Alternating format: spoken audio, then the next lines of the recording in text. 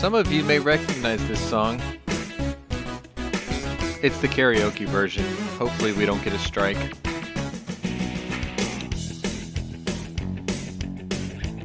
Maybe you'll catch the joke too.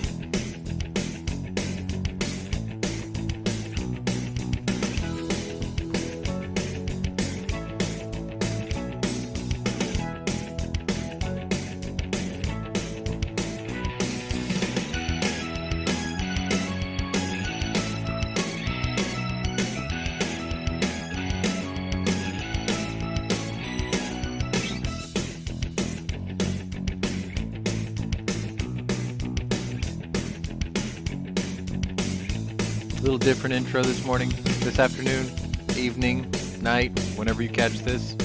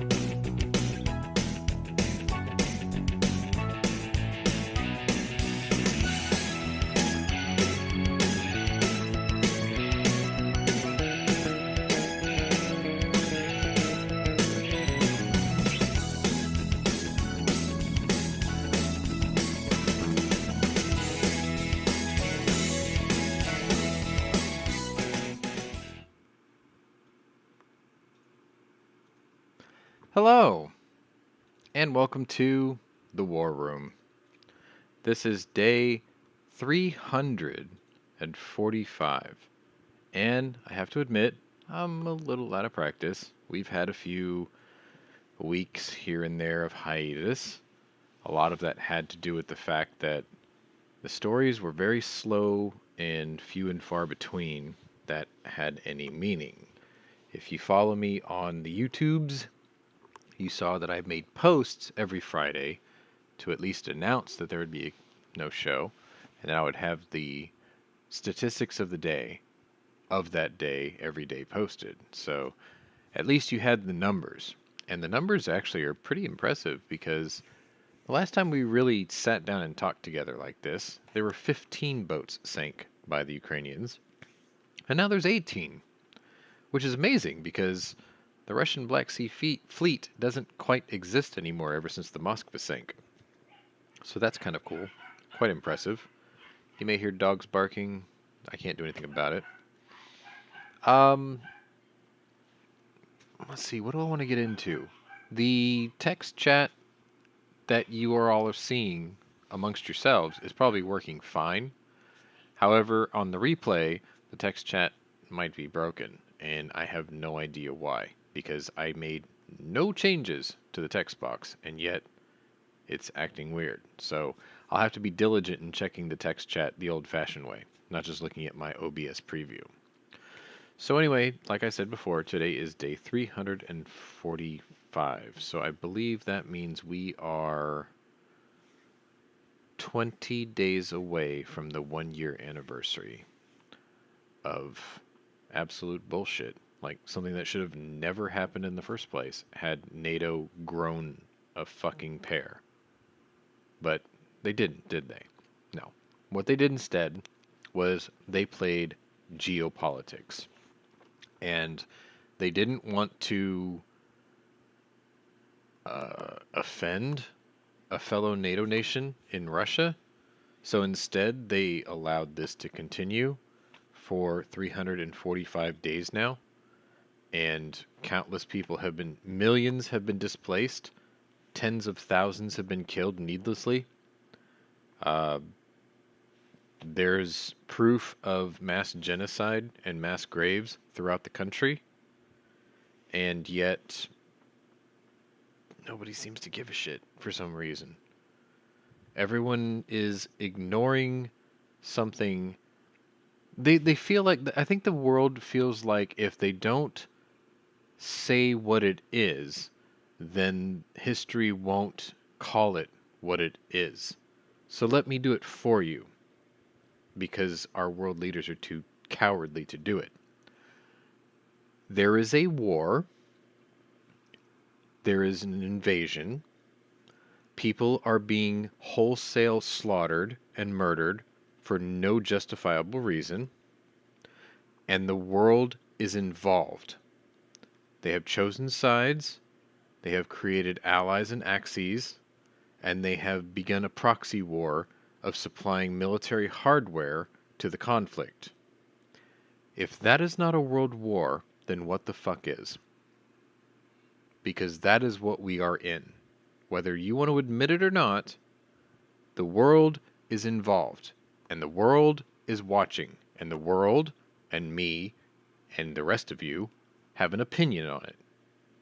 The only thing that we have not invested are bodies.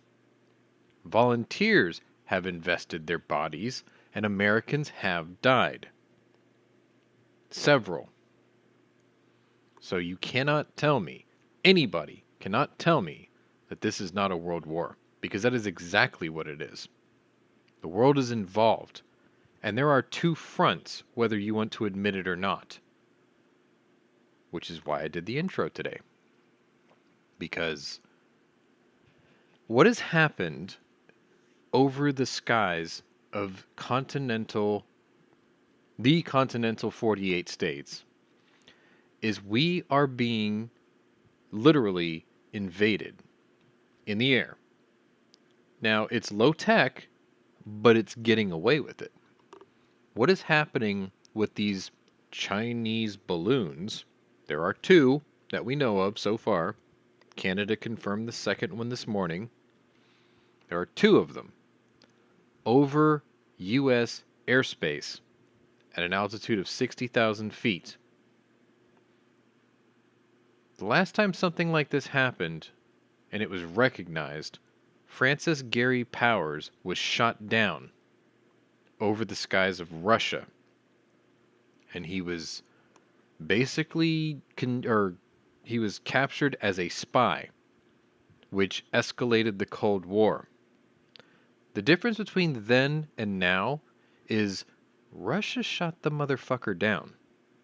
Today, the Pentagon had instructed the president not to shoot the balloons down over our airspace. Somebody want to explain that to me?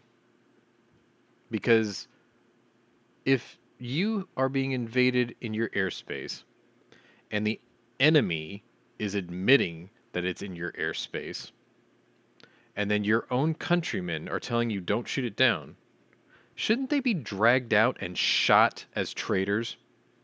Just a thought. Now, the question is how do you shoot down the balloons without destroying them so you can find out what the hell they are? You can't get a helicopter up that high. Most helicopters are anywhere between 15 to 20,000 feet. This thing is at 60. You can't take a helicopter to 20,000 feet or even a stripped down one to 40,000 feet like the world record and then shoot it with a rifle. Because even if you were at 40,000 feet, the thing is still 4 miles above you. So you're not going to shoot it down. You can try to hit it with a laser, but how high can you get before you can actually use it? You can shoot it down with an aircraft, but then how controlled will the fall be? Kind of curious what the hell's going on. They confirmed today that the first one that they found recently is now over Missouri. And it's going to stay above the continental United States for several more days, while the second one is crossing over. Now, correct me if I'm wrong. I'm a layman, right? If you send a spy satellite over an area and you're taking photographs, and then you send another one 1,000 miles behind it. Doesn't that imply that you're taking time-lapse photo? Just saying. Anyway, I'm going to drag in my regular panelists. So before I get started, let me say good evening to the chat. Chat being, surprisingly enough, Farida, who is actually, I don't know how to describe her without being offensive. She is of Ukrainian origin, and she's here as an audience member. She's currently, if I'm not mistaken, living with my techno Viking, who is actually sitting in the green room, but I'm not sure if he wants to be part of the panel tonight. So if you do, Ross, want to be in the panel, say something in the chat just so I know. Otherwise, I'm going to keep you in the green room because I don't know if you want to do that or not. But good evening to you, Farida.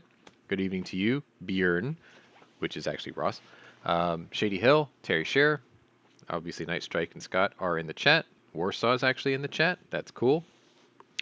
Scott is sort of in the chat tonight because he's very grumpy. He's getting hit with a nor'easter today, and it's minus like 31 with the wind chill. And he's on call, and he's working right now. So we're going to go easy on him tonight, slightly. Just a little. Maybe. Anyway, let me bring in my panelist. My first panelist, you all know him as Mikhail Nightstrajski, also known as Night Strike, who hosts Hit or Miss Tuesday nights at 9 o'clock. Good evening to you, sir. Oh, hi. Me and Jaime were talking about 3D printing stuff. Sorry. It's okay. My second and angry and possibly cold co-host, Scott P79, also known as Scottish Naya, who is currently working. He may speak tonight. He may not speak tonight. He may chime in. We'll with just expletives of how cold it is. Yes, but we'll deal with it. Fucking cold is goddamn right. It's colder than a witch's titty on Halloween. It feels like Hillary Clinton's shoulder. And my last co-host, who I'm very happy to have on here, because one of these days he's going to be like, I've got this guy's whole future planned out for him already. He's in college. He wants to be a teacher. However, because of his professors and because of a bit of nudging on my part and maybe Mike's part and Scott's part too, this guy's going to have a lucrative career in the U.S. State Department with Russia-Ukrainian relations. He's probably going to end up marrying a gorgeous Ukrainian wife, or maybe even a Russian one somehow. And then after 20 years, he's going to have an epic pension. He's still going to be in his 50s, and then he gets to spend the rest of his days as a teacher like he wants to be, but he'll have 20 years' wealth of knowledge in the State Department to be able to tie all his lessons to his real-life experiences. And that is Jaime. And hello. He'll most likely be able to pawn one of his cousins off on one of us. Yes. But I mean, that's always an option. But think about it. 20 years in the State Department. He's still in his 50s. 20 years as a college professor, history, Russian and Ukrainian linguistics, and just everything, right? And he's going to have 2 pensions before he hits 75. Well, if everything will go according to plan. Yeah, don't. Oh, fuck. Yeah, How you're not cool is gonna that? Huh? How cool Nothing is that? goes according to plan. So anyway, good evening to you, sir. Yeah, thank you, sir. My chat replay, I'm going to tell you right now, if it works, great. If it doesn't work, fuck. Because it looks fucked up on my screen. It is messed up now. In OBS. But on the YouTube side chat that I have popped out, it's fine. So if you are watching this on the replay and you don't see the chat, apologies, because I don't know what broke it.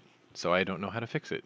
Like, I can go into the setting and I can just mess with this like this, and it'll pop it back up, and then you'll see all the updates. But that means I have to manually do it. So because I'm part of the beta test team for this, I'm going to put in a ticket after the show and be like, what the fuck? And then we'll get on with it. Anyway, so let's see, where we got? We have Zorro's future already talked about. We have Scott's colder than a witch's titty on Halloween figured out. Mikhail Knight Strikesky, you have acquired a new toy. Would you like to share that with the panel? Yeah, I got another 22. And it is a... It's a Rossi RS-22. So and you got it for a good deal. I got it at a good deal. It's the one that has the threaded barrel and the Picatinny rail on top instead of sights. Tactical. 120, 199. Oh, I paid less than that. That's what I've seen them online for. Yeah, it's tactical. Apparently, someone bought it from my local and then decided they were going to take it back. And the problem is, my local, once somebody gets it, He can't sell it as a new gun. He can't sell it as a new gun, so he had to mark it down to the used price, and the used price was in Night Strike's pocket. So $99. Funny how you say that, because that's exactly how I got my 4570. Yeah. The guy fired one round through it and brought it back. When I bought it, I got 19 rounds for it for free. Apparently, this guy ran a magazine through it, and that's it. Well, it's 22. It's 22, yeah. But you still got a great deal, so congratulations. I got a good deal. So, I don't feel bad about buying another 22. Okay, so where are we at on 40 million felony countdown? Today's like what, day 116 or something like to go? Does that sound about right? Because that got dropped on Monday or Tuesday, yeah? Yeah.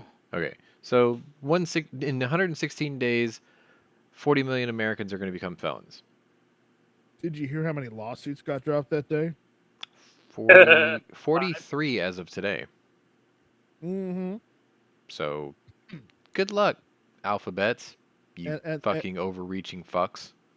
And the short act is getting submitted on Monday. You know the thing I love the most? You know what the problem with that is? It's going to go to the Senate, and then the president has to sign it. The president is not going to sign it. Yes, but 2/3 majority for overturning. If they can get a 2/3 majority in the Senate and Congress, then it doesn't matter. Yeah, but they're not going to get that in the Senate, though. They won't. Yeah, you're right. They'll get it in the House, but they won't get it in the Senate. Especially after listening to the squad's harpy cries because Ilhan Omar got booted out of the Foreign Affairs Committee. I'm sorry, but if you are an overt racist twat waffle, you don't belong on the Foreign Affairs Committee. Fucking deal with it. You made your bed, now lie in it. Did you hear it was 218 to 211? The vote to get her out? Yes. There are 211 retards in the House of Representatives. Yes. No, Democrats just lockstep with each other. Sure, of course. Yeah. Not denying that. But that means there are 211 retards in the House of Representatives because it was like, oh, yeah, we have an overt racist twat waffle on the Foreign Affairs Committee. She will never be impartial. Ever. Nope. Plus, she had sex with her brother. Ew. And married him so he can get in the country. Double ew. Hmm. I got to admit, though, she's kind of sultry and attractive. I can't deny that. No. I cannot deny that. I won't date any lady. Wait. What did you say, Sean? As a fellow incubus, I have to admit, She's a Muslim. I find Ilhan Omar attractive. You'd have to. No, she's guilty of immigration, which is a felony. Fine. Therefore, she needs to be. But okay, where's the real Sean, and what did you do with them? No, my eyeballs are my eyeballs. I can't deny it. She has a sexy voice, and she has like this Egyptian Nubian queen quality to her. But her personality is disgusting. Scott, you and I need to drive over to Sean's house. Scott, you need to slap him.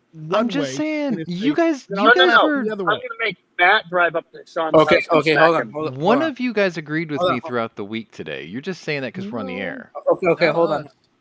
Not me. I need to call my cousin. Yes. So she can hook up with you real quick. So we can smack you. Yes. Yeah. You can have we need your consciousness and logic back. Ladies and gentlemen, what you're hearing is what's known as an intervention. And what they're all trying to say is they're going to find me something better to distract me from the idea that I think Ilhan Omar is actually good looking. I didn't say she's a good person. I think she's a shitlord, but she's good looking. She has a sexy voice. That's all I'm saying. I can find good things in everybody. And I'm telling you, you're wrong. Except the rest of the squad. I can't find anything attractive about anyone else in the squad. None If of I it. Because they're not. if you find anything attractive, I'm going to be worrying. I can't find anything alluring about AOC. I can't. Nothing. Okay. You know, I'm about to dig myself in a big hole with you now. She got titties. Hanging titties. I'm going to dig myself in a big hole. I find her somewhat attractive. Never mind. You see? Okay, I You agree can with you. find Okay, something in everyone. I did dig my own hole. I did. I'm not chastising you for it. You are allowed to your opinion. It's as flawed as broken as it is, because apparently mine was too. Anyway, enough. We can be flawed together, Sean. Enough of the Chuck Woolery dating game bullshit with congressional people, because if we all had a choice, it's gonna be Lauren Boebert. I would totally. Especially if those pictures were real. Oh, you bastard!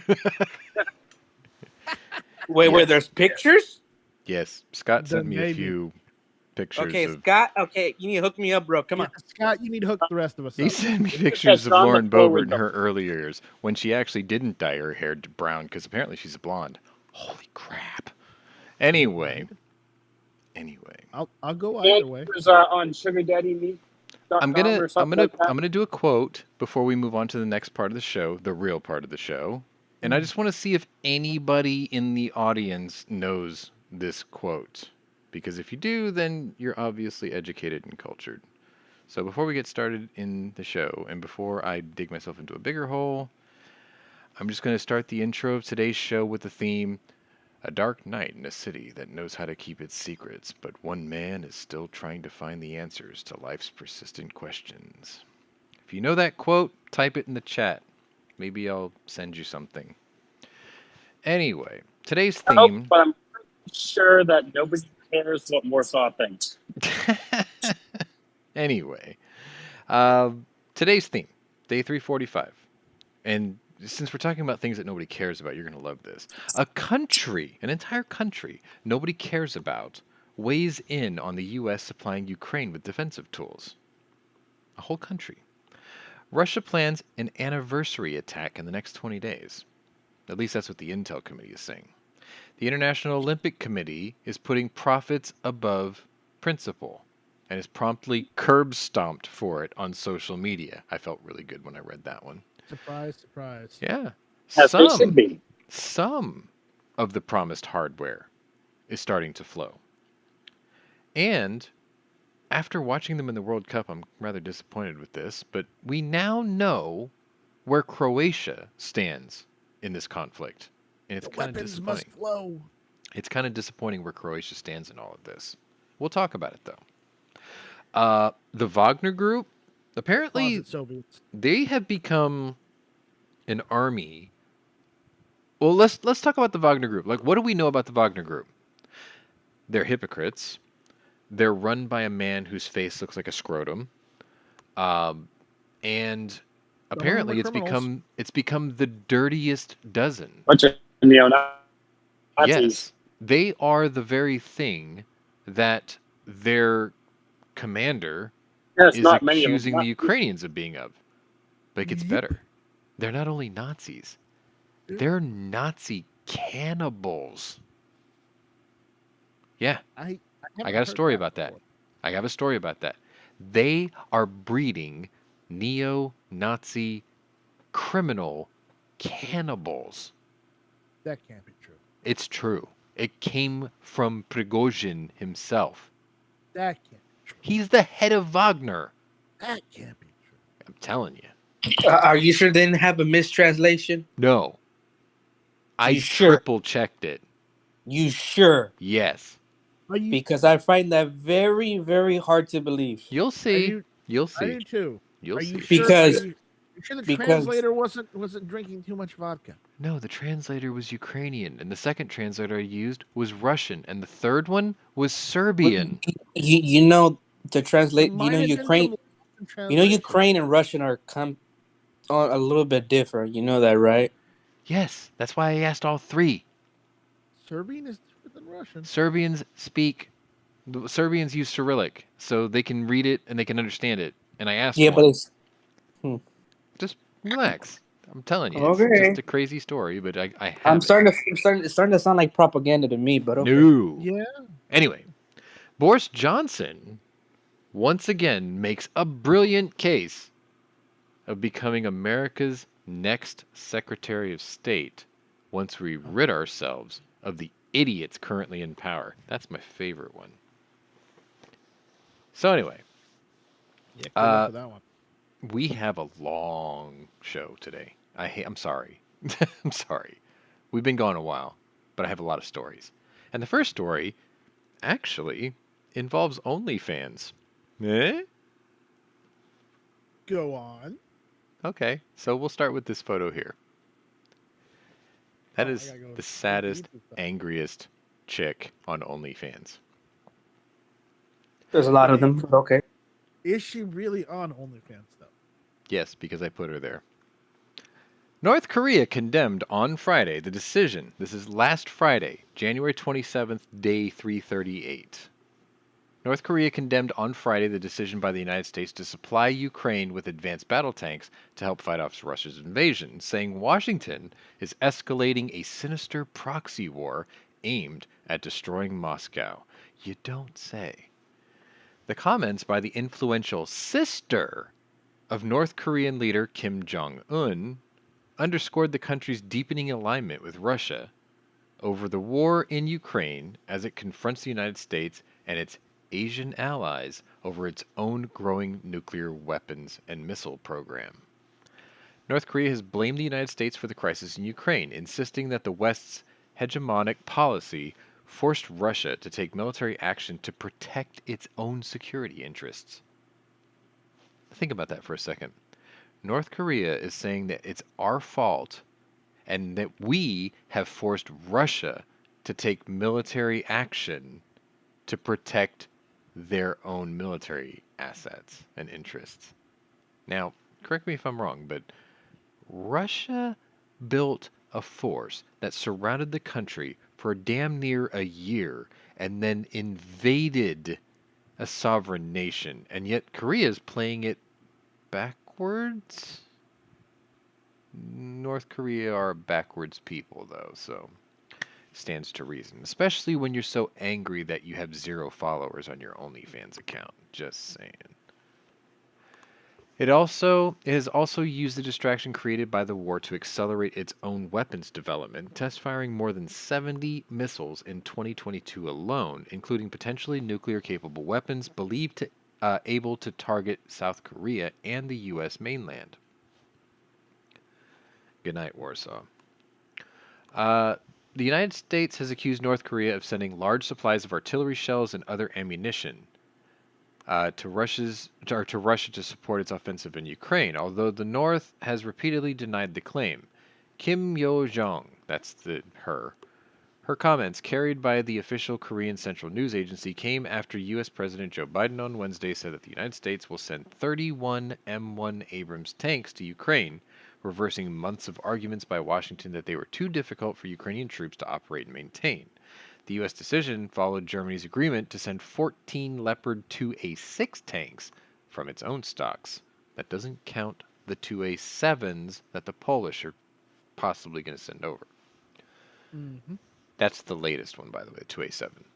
Kim said that the Biden administration was further crossing the red line by sending its main tanks to Ukraine, and that the decision reflects a sinister intention to realize its hegemonic aim by further expanding the proxy war for destroying Russia. The U.S. is the arch criminal, which poses serious threat and challenge to the strategic security of Russia and pushes the regional situation to the present grave phase, she says. I do not doubt that any military hardware in the U.S. and the West boast of will be burnt into pieces in the face of the indomitable fighting spirit and the might of the heroic Russian army and people, she says, adding that North Korea will always stand in the same trench with Russia. Well, guess what, honey? Bullshit. That means you will be buried in that same mass grave trench with them as well, with your 0 OnlyFans. North Korea is the only nation other than Russia and Syria to recognize the independence of Donetsk and Luhansk, 2 Russian-backed separatist regions in eastern Ukraine and has also hinted at plans to send workers there to help with rebuilding efforts. Listen, sister.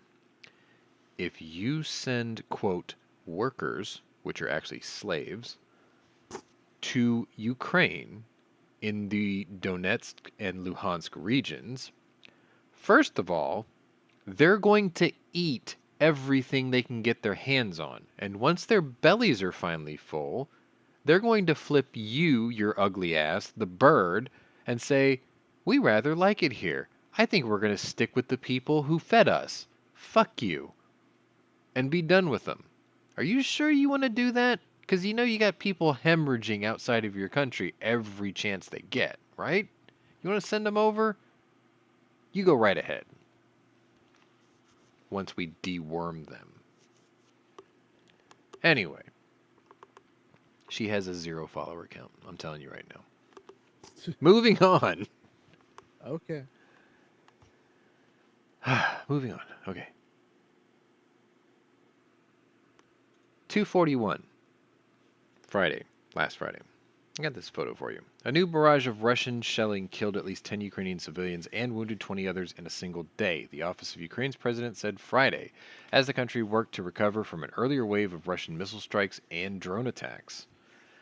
Regional officials said towns and villages in the east and in the south that are within reach of the Russian artillery suffered the most. 6 people died in Donetsk, 2 in Kherson, and 2 in the Kharkiv region. A day earlier, missiles and self-propelled drones that Russian forces fired had hit deeper into Ukrainian territory, killing at least 11 people. The bombardments followed announcements by the U.S. and Germany of plans to ship powerful tanks to Ukraine to help defend itself. Other Western countries said that they would also share modern tanks from their stockpiles. The British are sending Challenger 2s, the Polish are sending damn near everything, Germans are sending Leopard 2A6s, and the U.S. originally said that they were going to send 20, then 30, then 31 Abrams tanks. Now, quick little update. We don't have those. How does that make us look? Well, we sent something else instead. Have you ever heard the phrase Indian giver? Yes, but we sent something else instead. We sent Bradleys, but they wanted tanks. It's like asking for guns and sending them helmets. Germany. Well, hold up. They sent them tank destroying Bradleys. Doesn't matter. It does. Doesn't matter. Ukrainians asked for guns, and the Germans sent helmets. Well, the Leopards, the Germans, and the Polish, and everybody else that are sending the Ukrainians can take out the T-72s and T-90s. Fine. Actually, and I should have wrote it down, but the Ukrainians actually have created a sort of fighting vehicle like the Bradley recently, and it can destroy a T-72 with its cannon, which I think is a 40 millimeter, like a Bofors cannon type thing. It can destroy it if it shoots it from the rear. They could even just retrofit the Bradleys we gave them, and you could put ATGMs on it. Yeah, but it's not a tank. It is. It's a light tank. It's not a tank. It's a fighting. Well, okay. The armored fighting vehicle, the AFV, is actually a more offensive version of an APC, right? Like even the domestically produced weapon that they just created. I just saw it today. I wish I wrote it down. The Ukrainians came up with a brilliant AFV, like a really good one. It's fast. It has missiles. It has a 30 millimeter grenade, like a machine grenade launcher, like a Mark 19 type thing. It's got one of those. It's got 20 millimeter cannon. It's got a 40 millimeter Bofors, I think, on it. And it can destroy T-72s from the rear, where the armor's the softest. So they don't need Bradleys because they had plenty of their own domestic ones. But you know what? Every little bit helps. I'll admit that. It's just, we pulled a Germany. Hey, we need tanks. Cool. Here's some helmets. Anyway. Well, hold on, Sean. Yeah. No. See, the Germans gave them the helmets. Yes. We gave them the night vision. We gave them. Now I see what you did there. Did we really though? Because I mean, I'm pretty sure we left all those back in Afghanistan. No, those were the airplanes. $67 billion worth of equipment. Let's not even go there. My MRAP is still being driven around by somebody over there. I need a Humvee. MRAP. Anyway. I want a Humvee. Let's see. Moscow has bristled at the move and accused Western nations of entering a new level of confrontation with Russia. Donetsk Governor Pavlo Kirilenko said that Russian militaries used fiercely burning phosphorus munitions in its shelling of the village of, Zvanivka. I think I got that right. Fareed, you can tell me if I got that wrong.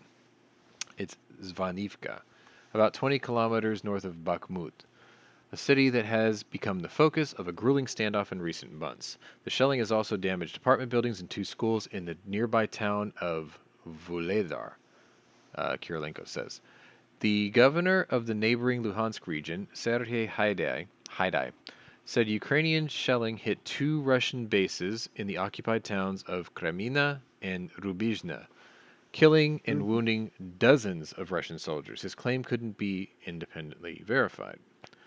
Further south, Russian troops resumed shelling the town of Nikopol across the river Dnieper from the Russian-held Zaporizhia nuclear power plant, damaging apartment buildings, gas pipelines, power lines, and a bakery, officials said. The bakery was important. They actually said that separately. Separately, on Friday, Russian authorities took new steps in their months-long and widely criticized effort to graft 4 Ukrainian provinces into Russia's already vast territory. They said that the illegally annexed provinces would change from the time zone that covers Kyiv to the one in Moscow. What? Hey, okay, you take this GMT -8, now you GMPD -9. It's like, that's not how datelines work in time zones. No. GMT -9. It's not, no, it's niet.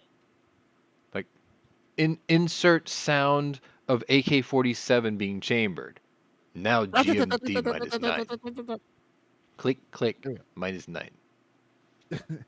That's what that is. Bastards. Bastards.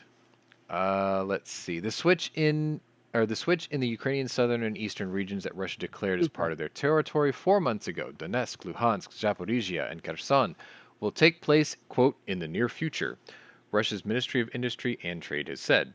The move comes as part of what the ministry called the gradual synchronization of Russian legislation after the admission of the 4 subjects.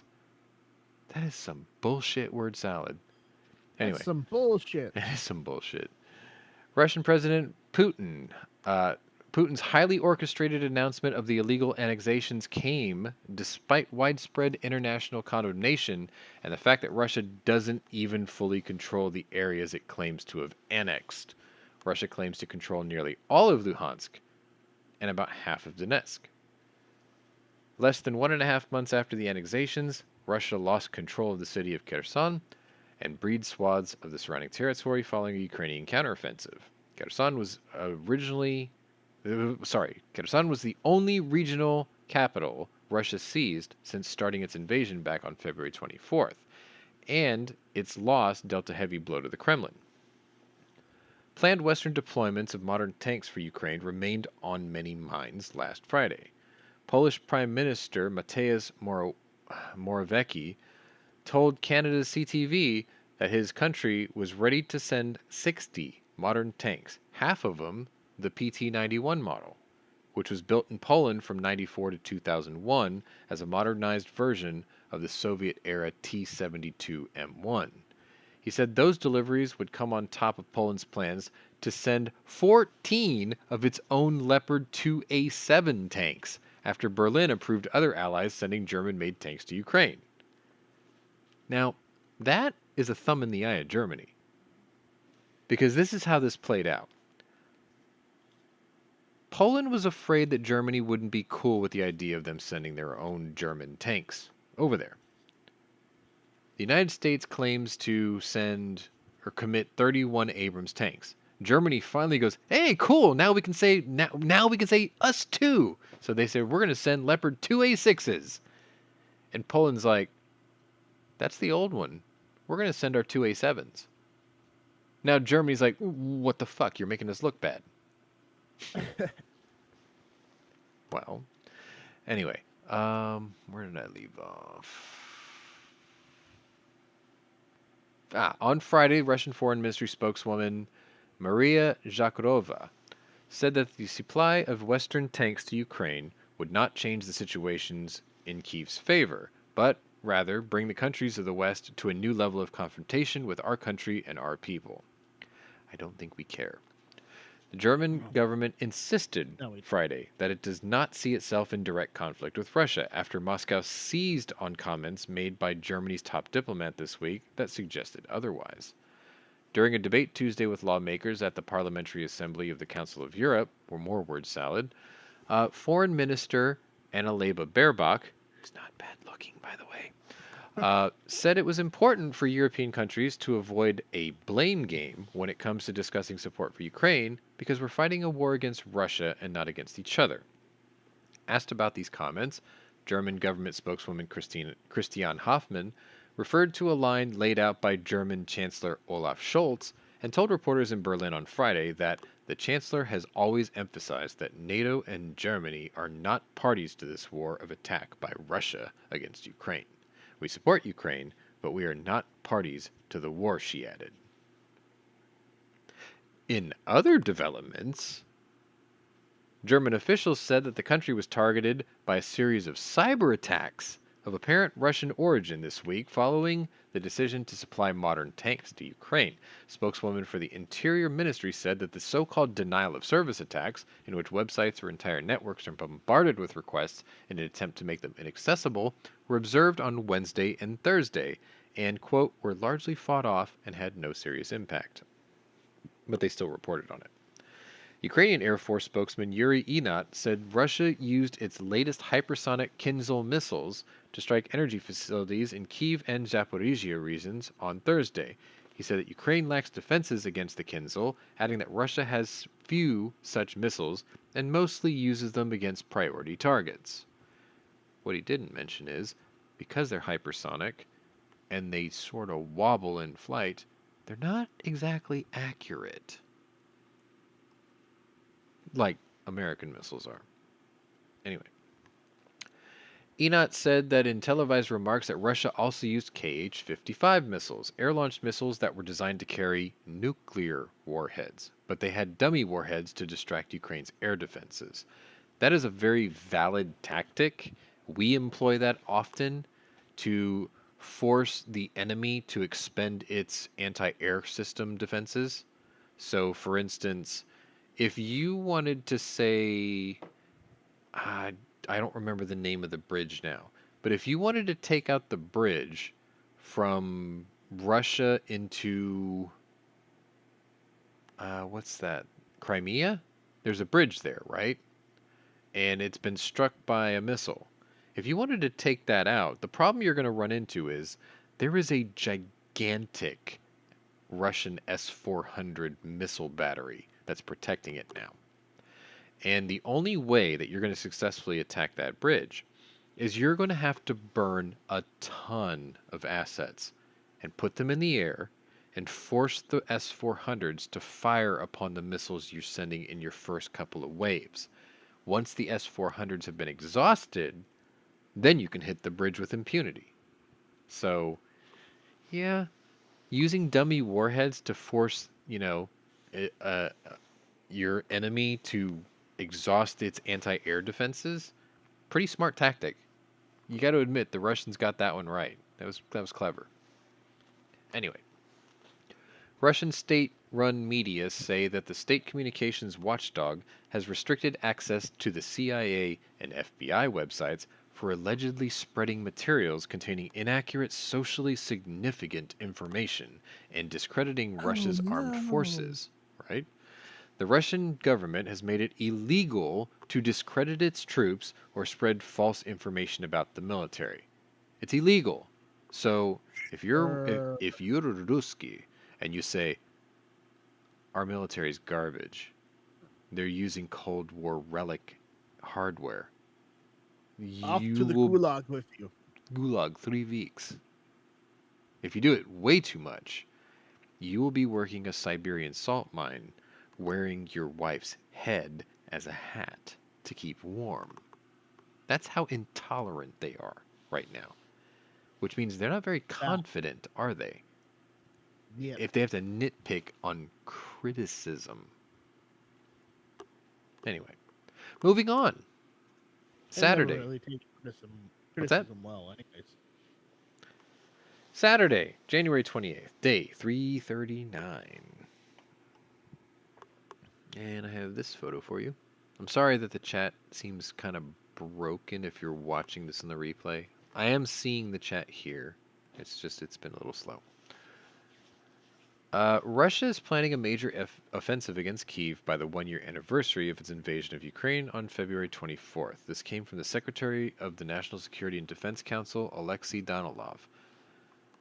Now they are preparing for maximum activation, taking into account the fact that these are people from the scoop, and they believe that by the anniversary they should have some achievements. It is no secret that they are preparing for a new wave on February 24th, Danilov says. Ukrainian Western defense officials have repeatedly warned that Russia is planning a wave offensive in an attempt to turn the tide in the war. But details surrounding the looming offensive have remained unclear. Danilov reportedly said that at first Russia will look to secure the Donetsk and Luhansk regions, where most of the brutal warfare continues to take place in an area known as the Donbass. According to the national security official, Russia has also been scouting Ukraine's defense capabilities in the Zaporizhia region, parts of which have been retaken by Ukrainian forces.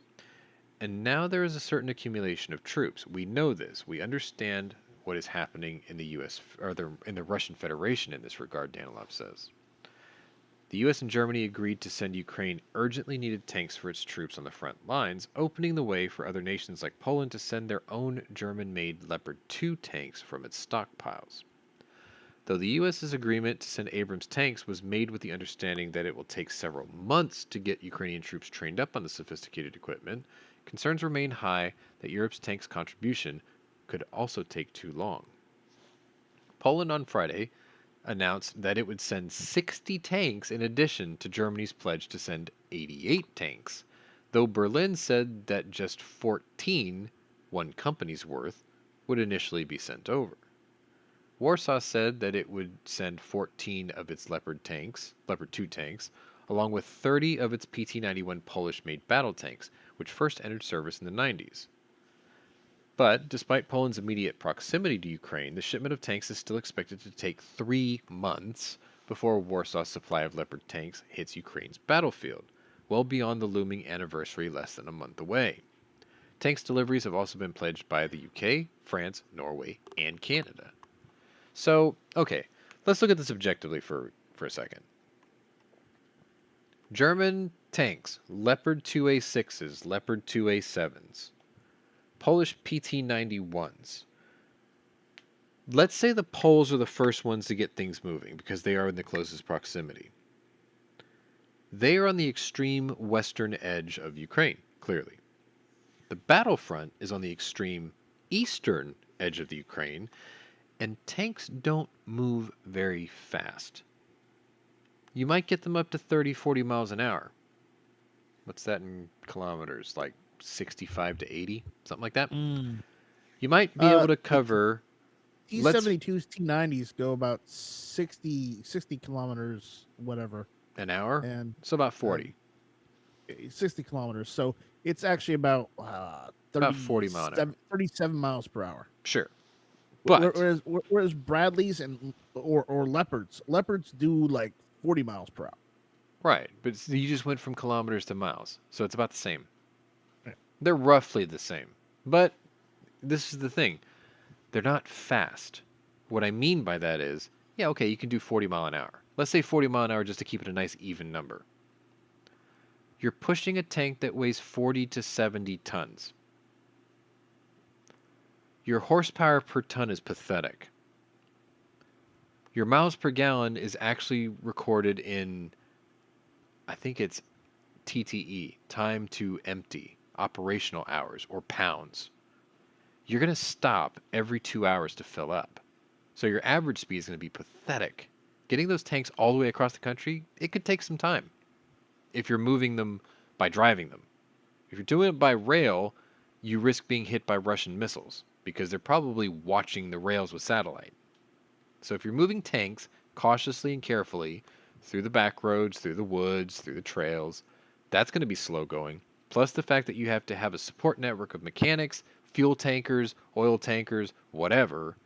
Okay, I can sort of see it taking a while for them to get there. So what do you do in the meantime? Short-range missiles, ATACMS, ground-to-air missiles, air-to-air missiles. Or maybe NATO could get its head out of its ass and implement a no-fly zone and start flying patrols over the area. There's a thought. It's going to take some time. Moving on. Unless you have something you would like to add.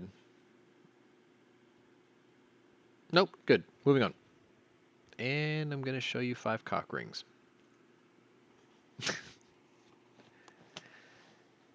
4:58 p.m. Ukrainian President Volodymyr Zelensky has once again implored the International Olympic Committee, IOC, not to allow Russia to compete in the Olympics. It is obvious that any neutral flag of Russian athletes is stained with blood. I invite Mr. Bach to Bakhmut, Zelensky said in a video address on Twitter, referring to the city in eastern Ukraine wrecked by the war, so that he could see with his own eyes that neutrality from Russia does not exist. One cannot be disappointed by the statements of the current president of the International Olympic Committee, Thomas Bach. I spoke with him several times, he said in his speech on Friday. I have never heard how he's going to protect sports from war propaganda if he returns Russian athletes to international competitions. Despite Zelensky's calls to exclude Russia from next year's Summer Olympics, the IOC on Wednesday said it aimed to pursue a pathway for Russian and Belarusian athletes to compete as, quote, neutral athletes who in no way represent their state or any other organization in their country. How the fuck does that work? Because when you win the medal, you're proud to serve your country and represent them. Now all of a sudden it's like, oh, the countries don't matter. Fuck out of here. No athlete should be prevented from competing just because of their passport, Thomas Bach, president of the IOC, said Wednesday. Hold the fuck up. You absolutely can exclude them. That's the point. That's what isolation means, okay? You are a nation of tyrants and pirates right now. Not all the people, just the leadership and the military, right? If you start excluding the citizenry from everything outside of their borders, they're going to get pissed off. They're going to be like, why are we being punished for our leaders doing stupid things? Because you let your leaders do stupid things. It's a way to motivate the citizenry to stand up and take their country back via coup or via overthrow or via election or whatever you want to spin it as. You cannot keep capitulating and say, you guys are slaughtering other people's athletes, but your athletes can come compete because we believe in the spirit of competition. Fuck you. Keep them out, kick them out, let an entire generation of potentially epic Russian athletes rot on the vine, so then they can be angry and motivate their own people to stop being led by assholes. That's the point. That has always been the point. Disagree? No. Good.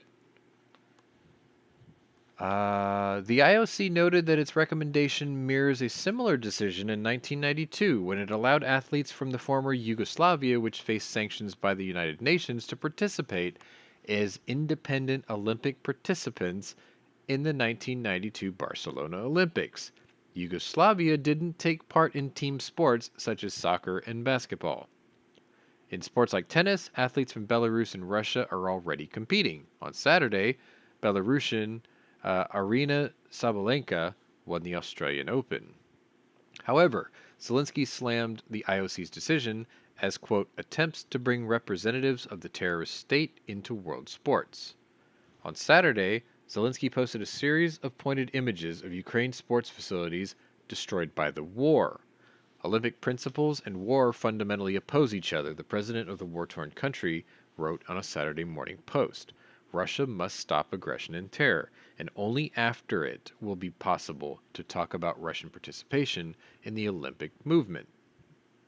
If we are not heard, I do not rule out the possibility that we will boycott and refuse participation in the Olympics, Ukrainian sports minister Vadim Gutsait.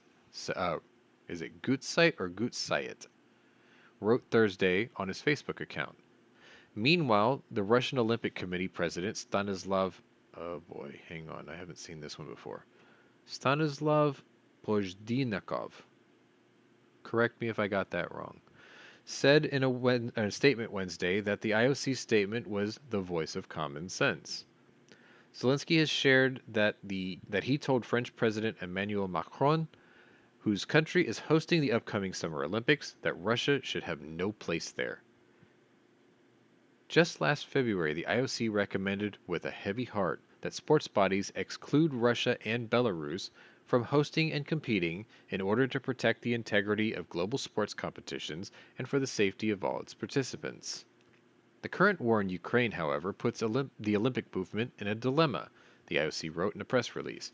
While athletes from Russia and Belarus would be able to continue to participate in sports events, many athletes from Ukraine are prevented from doing so because of the attack on their country. FIFA and World Curling were the first international sports federations under the Olympic umbrella to take action after the IOC announcement. FIFA and UEFA have said Russian national and club teams are suspended from their competitions indefinitely until further notice. You see, that's how you do it. Now, I read two things in this story that just kind of woke something up in me here a little bit. I'm not woke. I'm just saying it sort of brought to my attention something. Clarity. Well, here's the thing. Zelensky spoke with Macron, and he said that the Russians have no place at the Summer Olympics. The IOC says that they're not going to outlaw the Russians and Belarusian athletes from competing, right? But what if Emmanuel Macron said that Russians and Belarusians are banned from entering his country?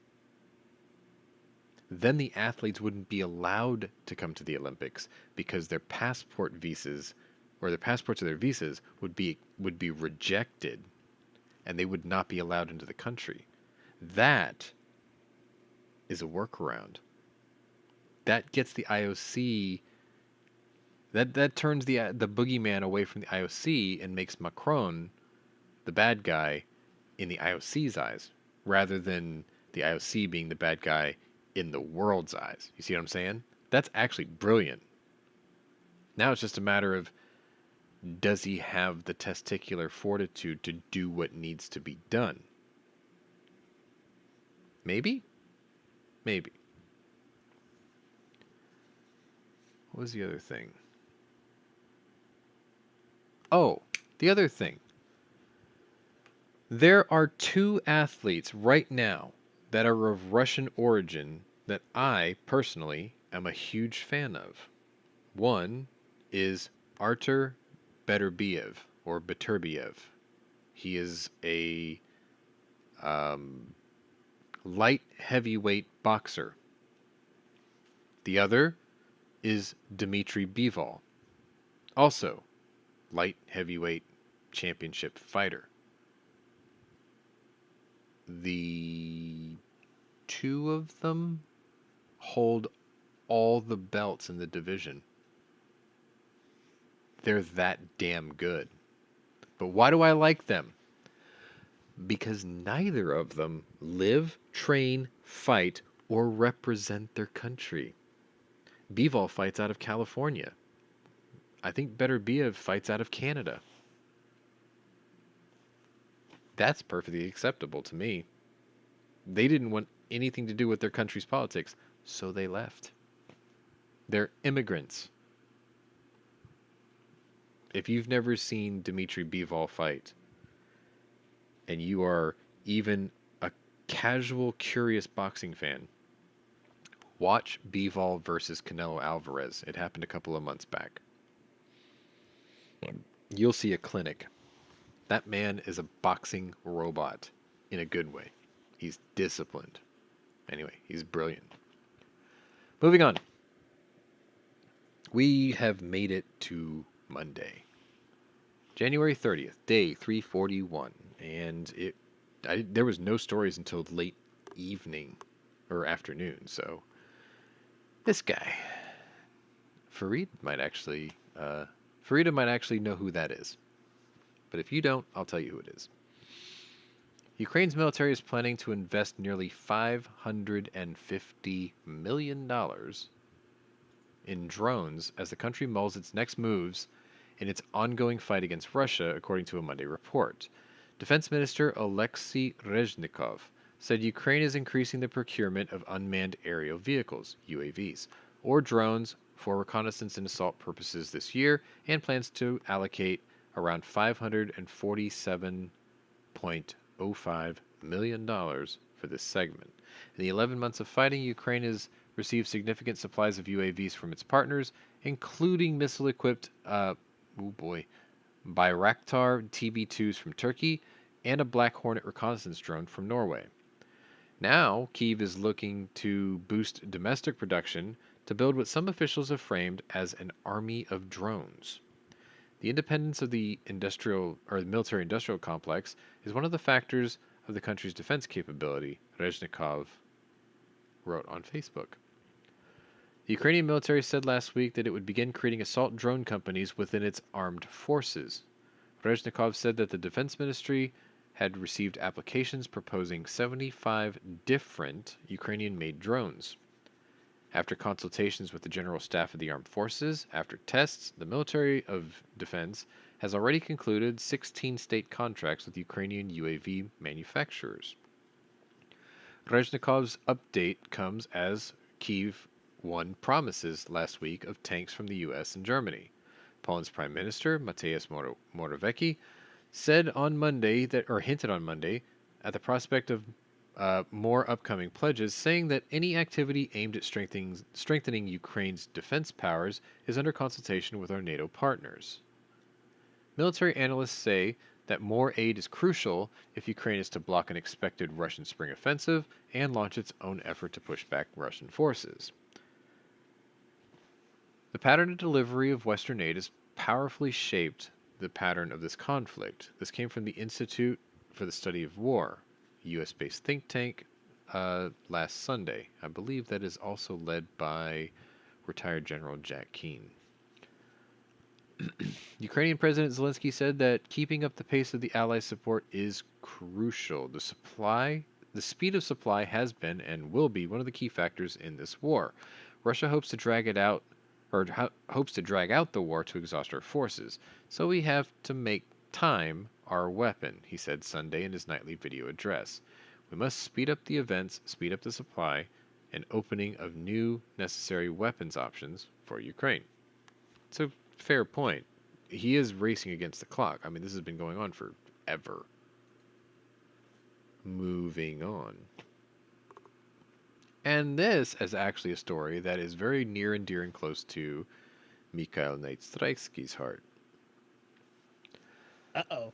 A load of more than 60 Bradley fighting vehicles departed South Carolina for Ukraine this week as part of the latest $2.5 billion package in military aid that the Biden administration announced earlier this month.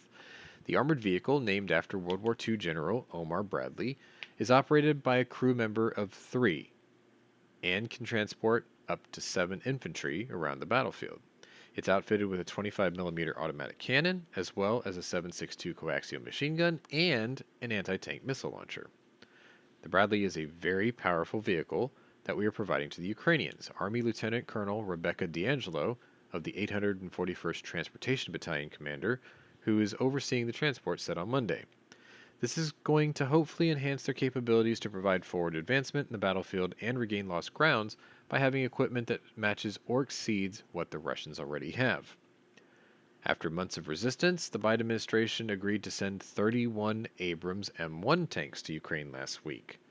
Germany, the United Kingdom, and other allied partners also announced they'll be sending their own tanks to help fend off Russia's invasion. The U.S. also sent 90 Stryker combat vehicles, spelled with a Y, about 1,700 Humvees, which I still don't have one, dozens of mine-resistant ambush-protected vehicles, and other armored vehicles. Mikhailo Podolyak, an advisor to the Ukrainian President Zelensky, renewed calls last week for the U.S. and Germany to send fighter jets to Ukraine. Russia, meanwhile, is growing increasingly wary of support for Ukraine by the U.S. and Europe. There are constant statements from European capitals and Washington that the sending of various weapon systems to Ukraine, including tanks, in no way signifies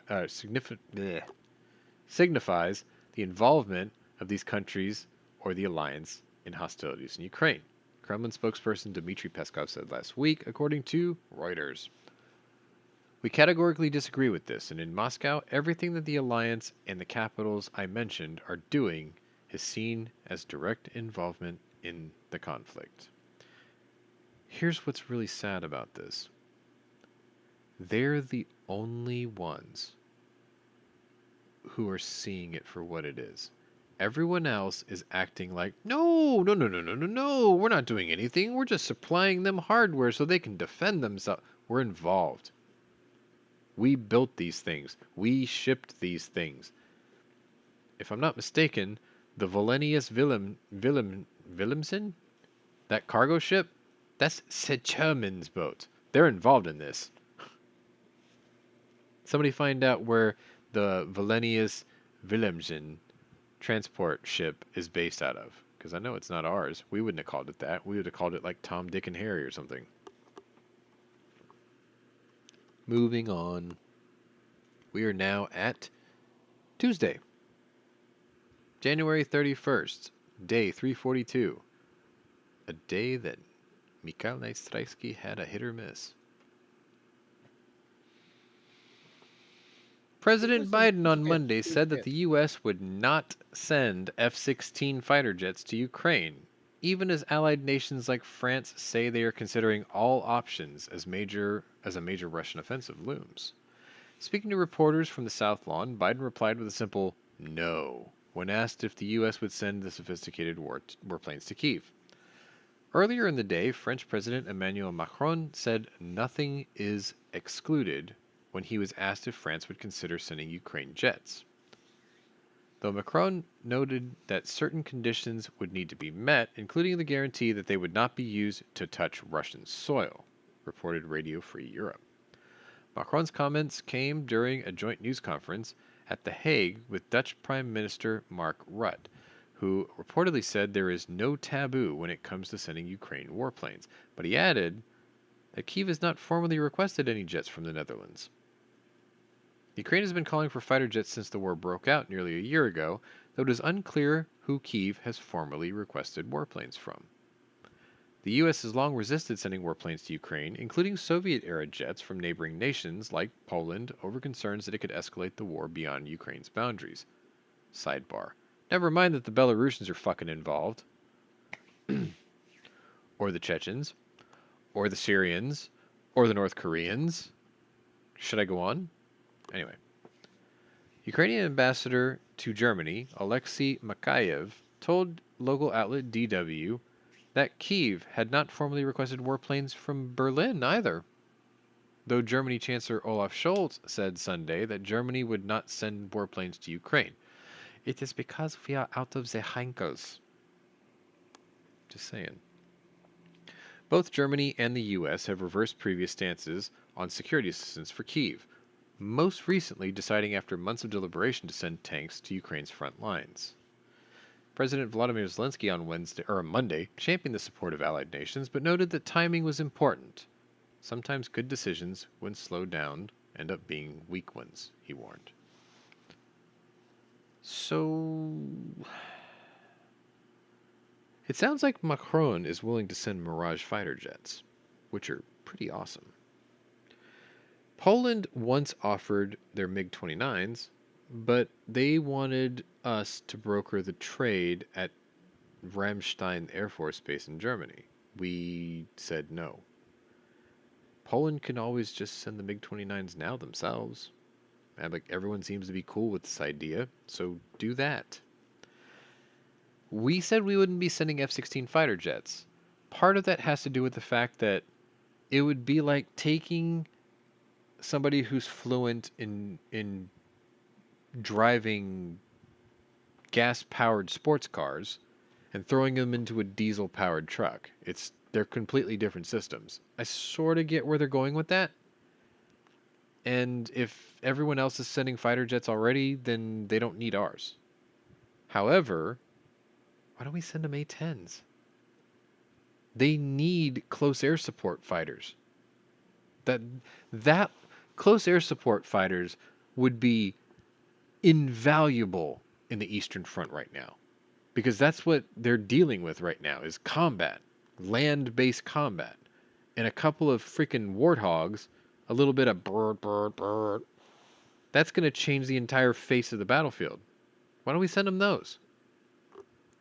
Thought? Mikey? Why don't we send them those? Well, here's the reason. We don't have any. Ours. I hate to tell you this, but a quarter of our A-10 fleet need repairs.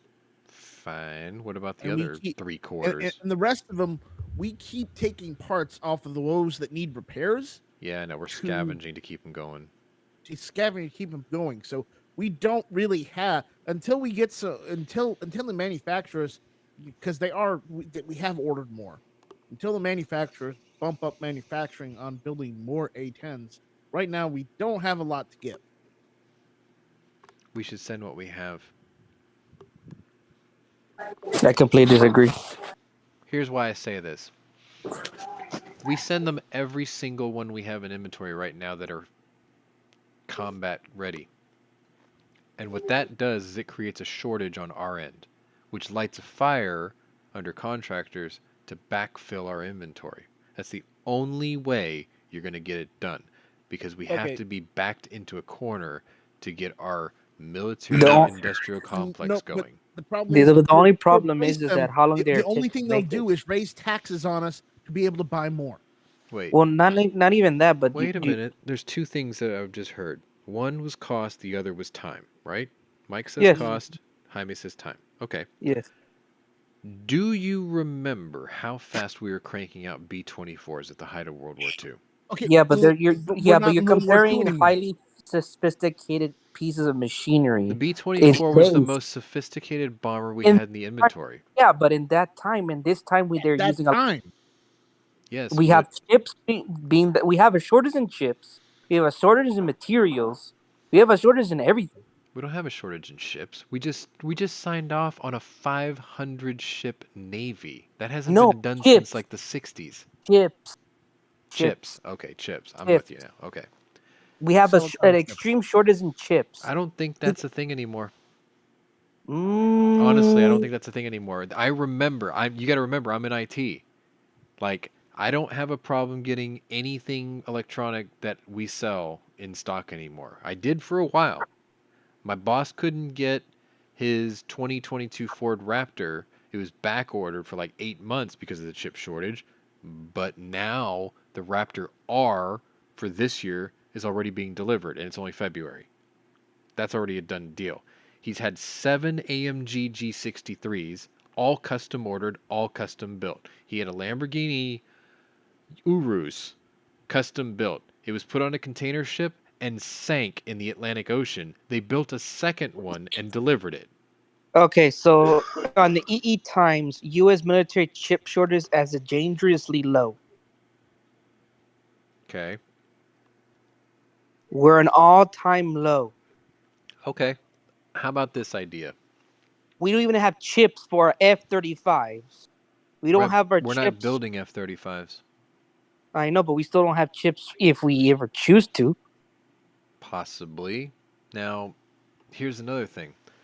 Most of the electronics on an A10 aren't nearly as advanced, I think it's safe to say, as the electronics on an F-35.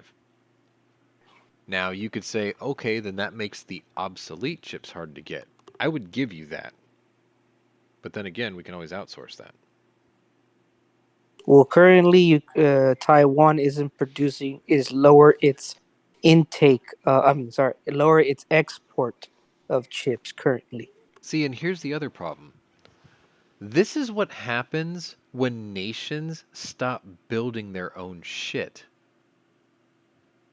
We had a president before this one who saw that. And he was like, this is going to be a crisis if we ever fall into a shortage where we have to depend on foreign nations for anything. This is exactly the problem we're in. Either way, let me run this thought by you. When the United States entered World War II, unemployment was at the highest point in its history. People were poor. Nobody had a job. The president at the time, Franklin Delano Roosevelt, had to start what he called the New Deal. The New Deal was the government taking on mountains of national debt in the name of saving American jobs by creating American jobs. He created parks and development. He created what eventually became the interstate highway system, right? You can't make excuses for materials shortages when the last time we faced anything this dangerous, we had nothing before. We were cranking out Liberty ships like every, 12 days? We were cranking out B-24s every 20 or every 48 hours. We were making tanks. My dad's dad was building the engines that went in Sherman tanks. My dad's mom was building B-24 Liberators. Okay? Don't say it can't be done. We found a way to do it. The only reason we haven't done it yet is because America doesn't have Henry J. Kaiser anymore. Okay? He was the guy who did the Liberty ships. We don't have a guy like Henry Ford anymore who decided that we're going to stop everything we're doing and we're going to build bombers and tanks. We converted current industries to do what the war demanded of them because patriotism back then wasn't a dirty word. We made America great by forcing it to do what needed to be done. If these things need to be supplied to another nation to prevent a war from spilling over to us, then you do that. That is what you do. We can do it. It's just you have to stop making excuses why you can't. We have Intel. We have export AMD. a lot of our stuff from other places. Here's the most fucked up part.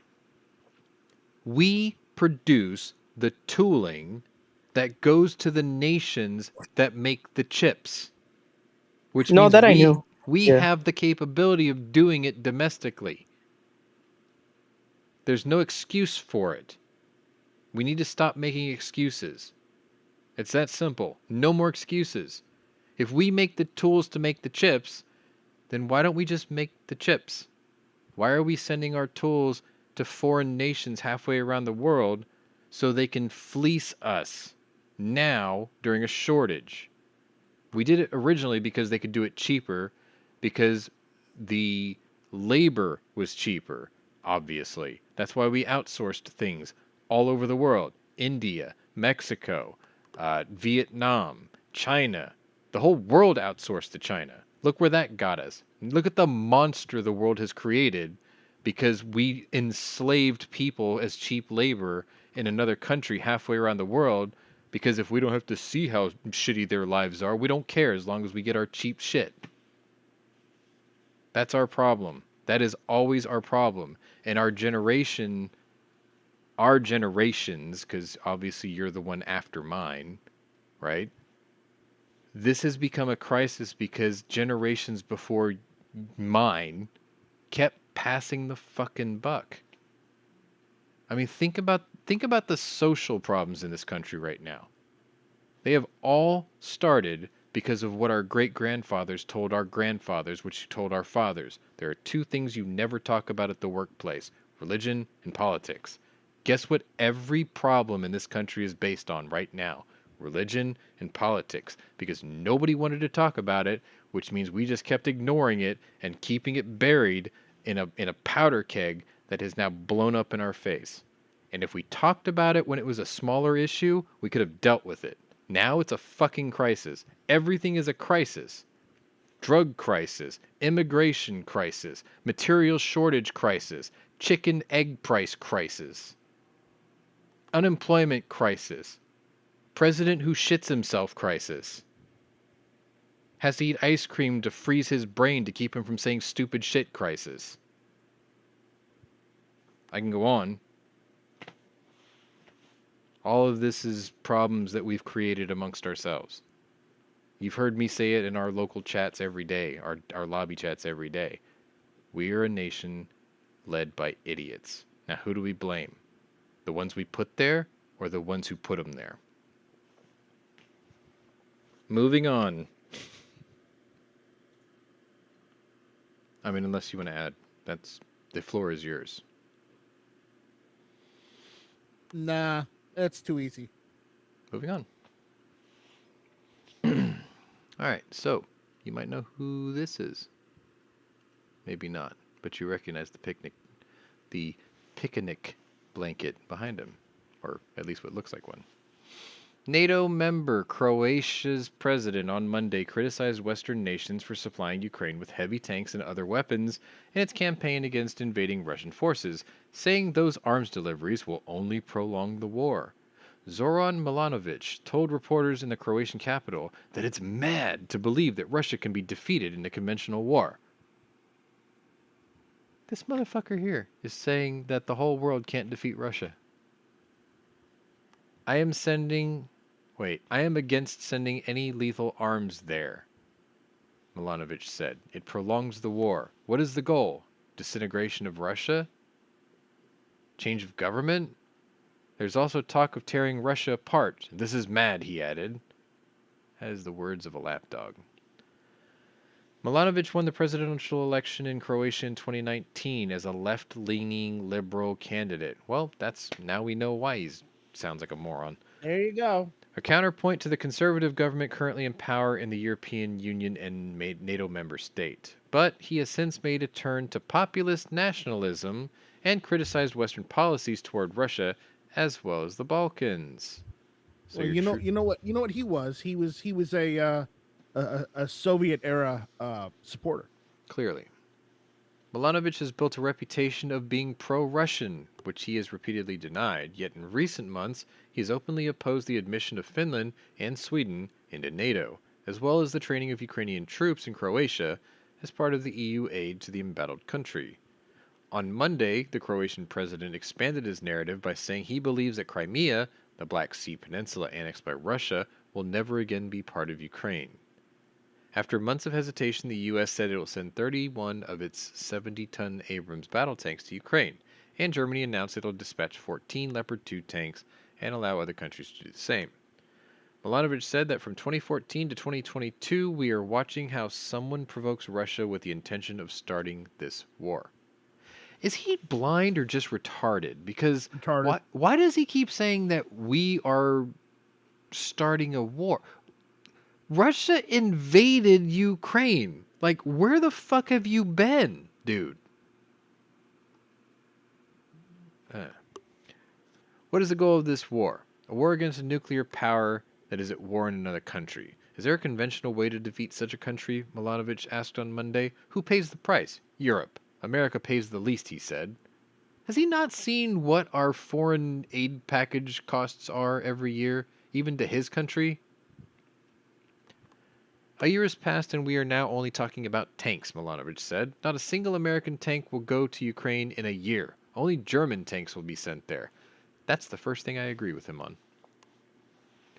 Although the presidential post is mostly ceremonial in Croatia, Milanovic is formally the supreme commander of the armed forces. His latest anti-Western outbursts have embarrassed and irritated the country's government, which has fully supported Ukraine in its fight against Russia's aggression.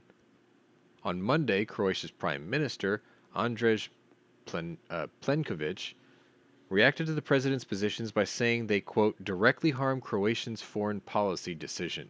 The summary of the narrative is, let's sit down as soon as possible, let the Russians take away I don't know how many thousands of square kilometers of Ukraine, and forget about the expansion of NATO, Plenković has said. He's just trolling this asshole here. Well, what it sounds like to me is the title of president is like they have a parliament and they have a prime minister, right? And apparently the president is the smiling face at the welcome desk in Croatia. Because if he really has no power, then why do you even have him? And if this prick is spewing an opinion that the rest of the nation doesn't agree with, why haven't you put him in shackles and removed him from office? Sounds like a good idea before it drags the reputation of your country as a Russian sympathizer. I don't think you want that smoke from the world right now, do you? Considering what Russians' allies look like, North Korea and China and Iran and Syria. You want to join that conglomeration of failures and losers? Go right the fuck ahead, but don't drag your whole countrymen with you, because you seem to be the only prick that wants to do it. If you're Croatian, and you're part of the government, and you don't agree with this guy, put him down like a rabid dog, politically speaking. Get him the hell out before he ruins your reputation and standing in the rest of the world. He is about to do irrefutable, irreversible damage to your geopolitical position. Shut him up. Thoughts?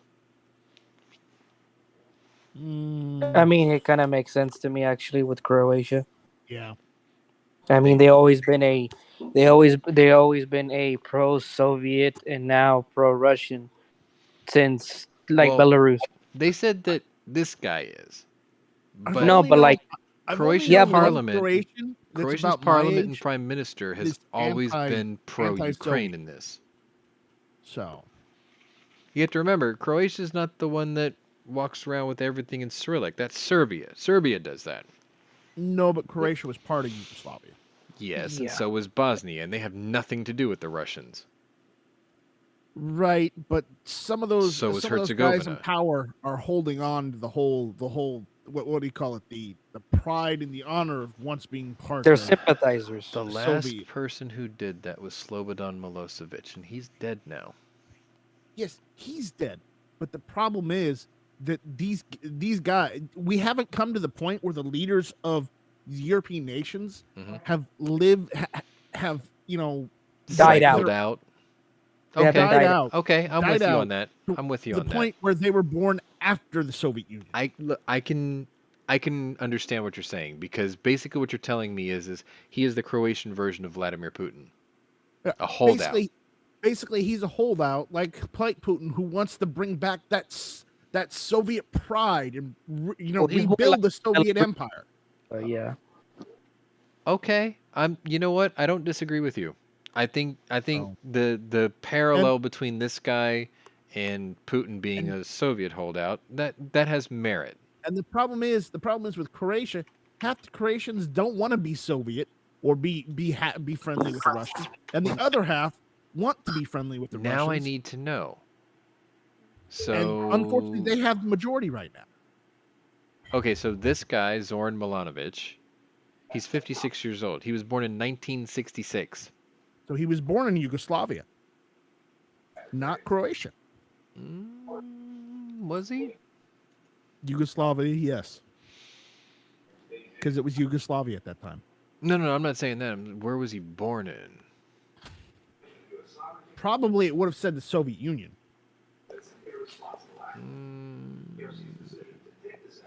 I can't find that information. Hold on. Okay, it's looking looking born Zagreb, Soviet Republic of Croatia, You found that? part of Oh, okay. Yugoslavia. Yeah. I didn't scroll down far enough. He was born in Yugoslavia, Okay. 1946 to 1992. Yep. But here's the thing: the Soviet Republic of Croatia was basically 1943 to 1991, but they were still part of Yugoslavia. Okay. They were, you know, all the countries that were part of Yugoslavia, they were Soviet republics inside of Yugoslavia, but they were regions at that time instead of being their own countries. Okay. I'm with you. I didn't go down far enough to see that. So Well, Good- what I was good catch getting on at, it's like the situation we have here in the United States, where the Democrats have had. Remember, in the House, they had the majority until the last election. In the Senate, they had the majority until the last election. Okay, and some of the Democrats going independent, all right. which we'll see what happens there. And I'm- the presidency, I am in agreement with you.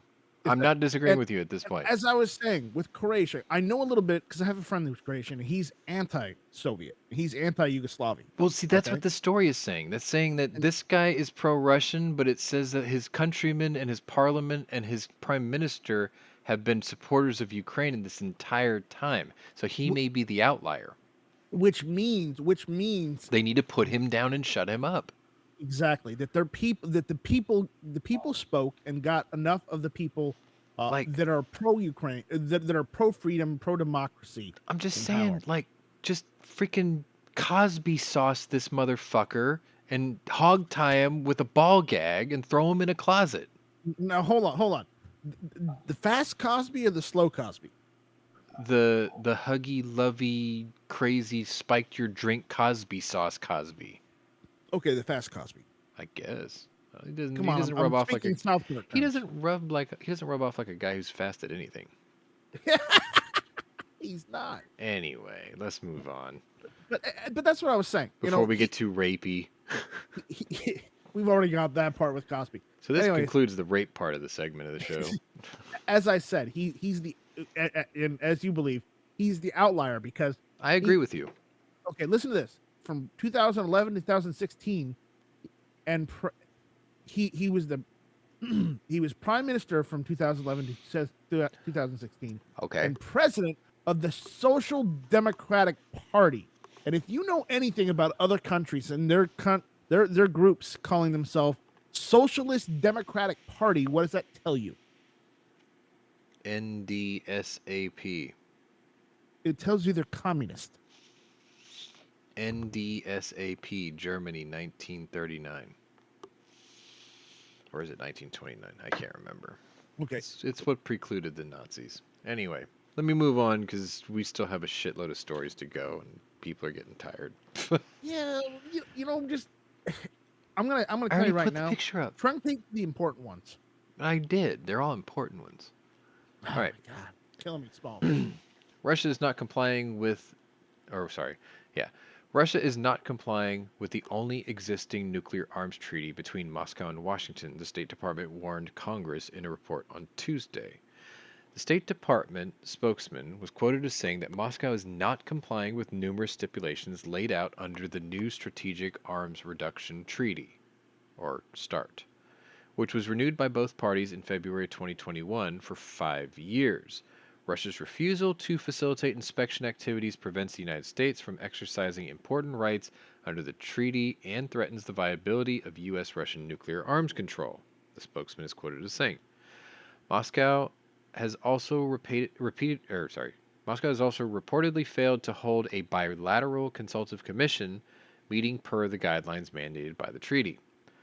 The spokesman said that Russian inspectors remain welcome to travel to the U.S. to review its compliance with the treaty. Russia has a clear path for returning to full compliance, the spokesman says.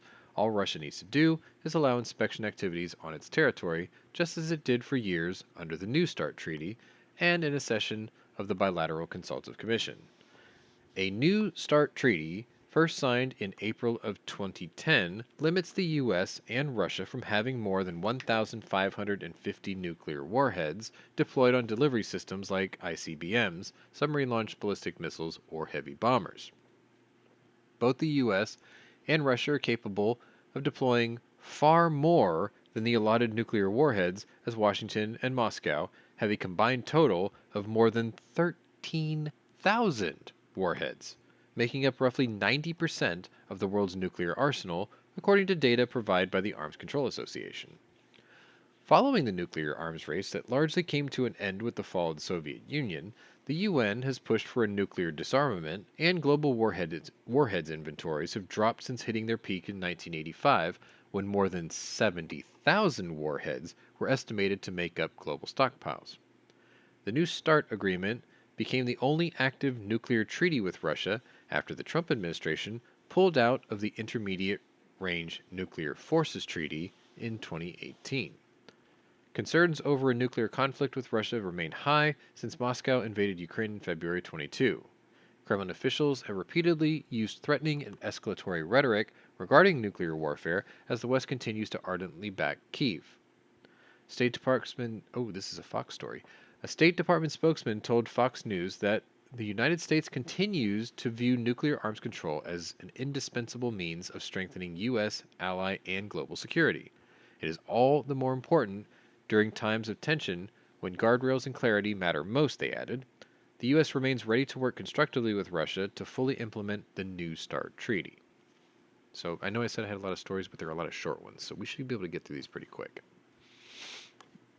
Basically what we're saying is, we made this deal, we abide by it, Russia's not playing ball. So now we're crying foul. That's what that is. Moving on.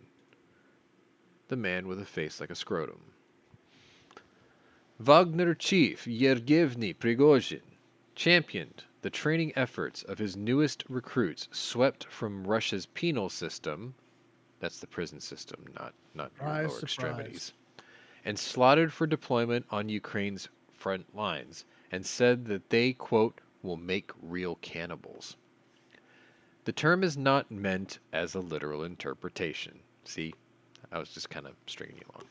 Explained Russia expert and former DIA agents, intelligence officer for Russian doctrine and strategy, and repeated name, Rebecca Koffler. The expression is intended as a way for Prigozhin to claim that he is turning his convicts into fighting machines as they prepare for the war front in Ukraine. Like Universal Soldier, anyone? Dirty Dozen version Universal Soldier, actually. Universal Soldier.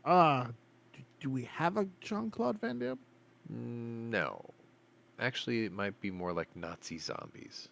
You might be right on that one. Yeah, they just pop them full of freaking PCP and send them out. In a video shared by the Daily Mail Tuesday, Prigozhin spoke as Wagner forces trained behind him and said, "This is a supplementary training base for our fighters.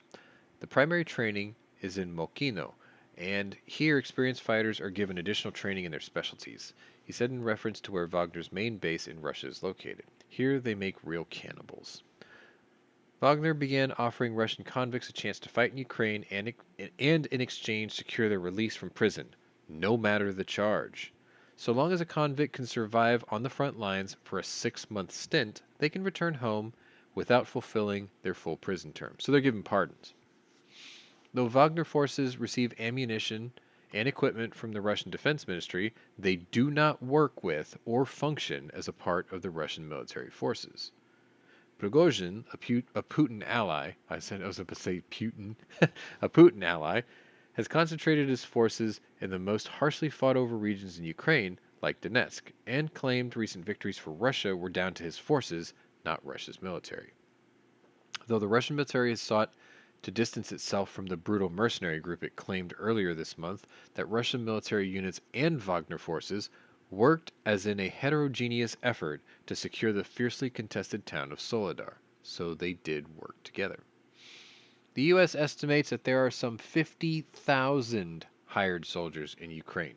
Roughly 10,000 of them are believed to be professional contractors, while 40,000 are convicts recruited to backfill failing numbers on the ground. I mean, we've got the troop RU lost figures. It's about to go across your screen right there. Actually, you know Now, what? right now, Right there. But I need to look at something right quick because I remember I did the update for that. And all I see is an old man. It's the scroller on the bottom of the screen, Mike. Oh, that, yes. But I'm not paying attention. oh no, that is correct. Okay, so I did update that. For some reason I forgot, or I thought I forgot to do the troop numbers. Yeah, Yeah, we were so arguing about the boats. yeah, that's what it was. Nice boat. Moving on. They're going to need a bigger boat. Much bigger. Remember this guy? I remember that guy. I like that guy. I wish that guy worked for us. Former United Kingdom Prime Minister Boris Johnson said on Tuesday that the West, including the United States and UK, must continue to supply Ukraine with what they need to rebuff Russia. Johnson, who resigned from 10 Downing Street in July, just returned from a trip to Kyiv where he met Ukrainian President Zelensky. Anchor Brett Baer reported on Special Report. After viewing the devastation from the Russian invasion, Johnson told Baer that now is not the time to contemplate delaying further assistance to the Ukrainians, as domestic political factions debate how much more Western taxpayers should spend to give defensive arms to a war-torn country. This is the moment to double down on our support. Give them what they need, whether it's the tanks or the long-range artillery. They need to kick Putin out of the whole damn country, Johnson said, adding that the Americans have done an incredible job in support of Kyiv. The faster Putin gets out of Ukraine, and the quicker we return to stability, and the more powerful message we send to people like China and the West, or that the West, America, and the UK will not tolerate aggressive attempts to change borders by force. Johnson said that he met with several top lawmakers in Washington this week, including Senators Mitch McConnell, Lindsey Graham, and House Speaker Kevin McCarthy, while also saying he wanted to pay tribute to the Biden administration for its support as well. What they did, what Joe did, what all his people did in very difficult circumstances was they stepped up to the plate and they gave Ukraine what it needed. What I think we all need to do now is go further and save time, money, save lives, and give the Ukrainians what they need. The former prime minister added that the West previously failed to punish Putin back in 2014, the year the Kremlin annexed the Crimea region. We put on some sanctions, but they weren't really very tough. We basically allowed him to invade Ukraine. Johnson largely dismissed fears of escalating the war into a global nuclear conflict, doubling down on his assertion that Ukraine must be supported strategically. All I'm saying is save time, save money, save lives, and give the Ukrainians what they need as fast as possible. Get this thing done. Forget about Putin. Go for economic stability, long-term peace and prosperity, and for the people. He said Vladimir Putin wants the West to think nuclear war is imminent, contending that if the ex-KGB officer goes that route, he will lose support from current allies or friends like the Chinese, Indians, and sub-Saharan African nations. He probably doesn't even stop the Ukrainians if he did that, and we would put his economy into such a cryogenic paralysis that Russia wouldn't come out of it for decades. He's not going to do that, Johnson claimed. I think he's right. Putin already said that he wasn't going to use nuclear weapons because he's not a madman. He went on the record saying that. After he said that, every threat of nuclear weapons rings hollow. Because he's already said, I'm not a madman. I can be reasoned with. He's already said this, repeatedly. He has said this, but everybody that's tried to reason with him has not dissuaded him. So... Because what he's doing is he's waving a balsa wood sword around with the word nuclear on it. But if he already said he's not going to use them, then the balsa wood sword has no edge. People are just like, you already said... No, you already dropped your trump card. We already saw your hand. You already said you're not going to do that. Yeah. So if you already said that, what's he going to do? Surprise everyone and do it? Catch you off guard? I'm not saying he's not capable of that. But is he willing to sacrifice his entire nation's people just for Ukraine? That seems stupid. and here's the problem. They say we have intel on how many nukes they supposedly have, but 17,000. yeah, but again, look at how badly the weapons are that they're using against Ukraine, and how how disarrayed and basically broken down they are. Okay, let me expand on that. You chime in along the way, okay? Okay, When I'm this willing to first have this started, discussion. we were sold this idea that the reason he did that was because he didn't need to bring out his first stringers, right?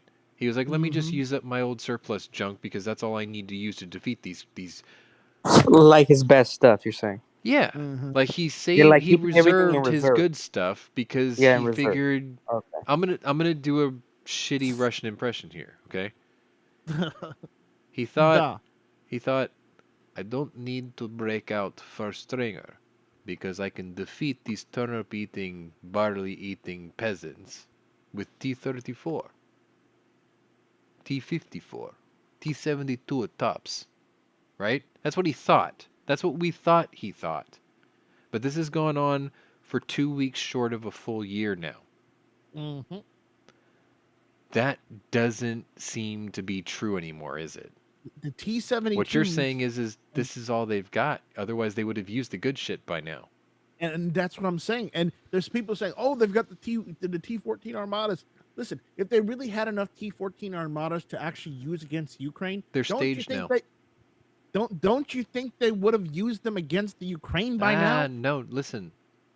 As of 2 weeks ago, they had been staged on the southwest corner of Russia, and the theory is they're what's the word? They're conglomerating the prototypes. Because you remember when we talked about this before? Each T-14 chassis was a test bed for one certain system, and then We talked about this. They they were like, probably only okay, once they agreed that these certain systems were going to be the ones that were going to go into production model, they were going to standardize them and then bring them all up to spec. That is exactly what they're doing right now. Well, okay, hold on. Let me finish my thought process with the T-72s, the T-90s, and the other tanks that we're using. Okay, Go ahead. we we we saw how they don't maintain them, Yes. i.e., we saw the whole line of vehicles just sitting there for a month. Yeah, it was a logistics failure. Sure. Okay, so that means they don't maintain them, they don't service them properly. So who's to say that they actually have enough nuclear weapons to field? I would argue out of the 17,000 they probably have in mothball, because they're in mothball because they can't maintain all the fucking nuclear weapons. They probably have between 1 and 4 able to launch at most. That's still a lot. That's still a lot. That's still a lot for a country as small as Ukraine in the grand scheme of things. I know. Say you had 10,000 of them, okay? What you're saying is only 2,500 will work. 2,500 nuclear warheads would still destroy the world like 1,000 times over. So you can't say the numbers mean anything at this point. No, I'm not saying the numbers mean anything.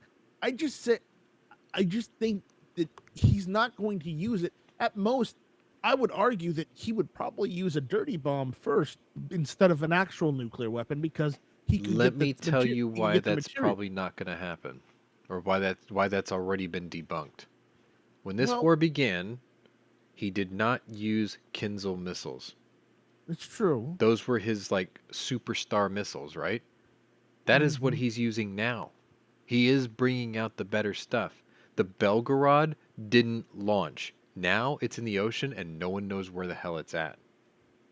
And that's the Doomsday submarine. Yes, and the Russians also sent a nuclear cruiser our way into the Atlantic to try and scare us. Yes. I'm not worried about a cruiser. You can see that. You cannot see the Belgorod. Well, We can't hear the Belgorod. Okay, that thing is scary. But those were not out at the beginning of the war. We're saying, oh, okay, he put all the shit. He did. You're right. But now, because he's expended the shit, he is forced to use what's left. And what's left was his original frontline equipment. Yes, he only has probably a dozen T-14s. And right now they're currently being outfitted in a more uniform fashion because they're being pressed into service. Way And before they're ready. they're in the south. Well, no, they're ready. That's the whole point. They're ready, but they're not going to be as good as they could have been. They were still beta testing the damn things. But now they're just going to have to push them into service. And I'm telling you, even if they are pushing them into service, they're probably not being well maintained like the rest of the military has been, not Correct. well maintained because Correct. Putin has been siphoning money away from the military for the last 30 years. Probably. Or not 30 years, the last 20 years that he's been in power. Okay, he hasn't been in power for 30 years. He's been in power for way more than 30 years. Remember, they kept going back and forth between him and Medvedev.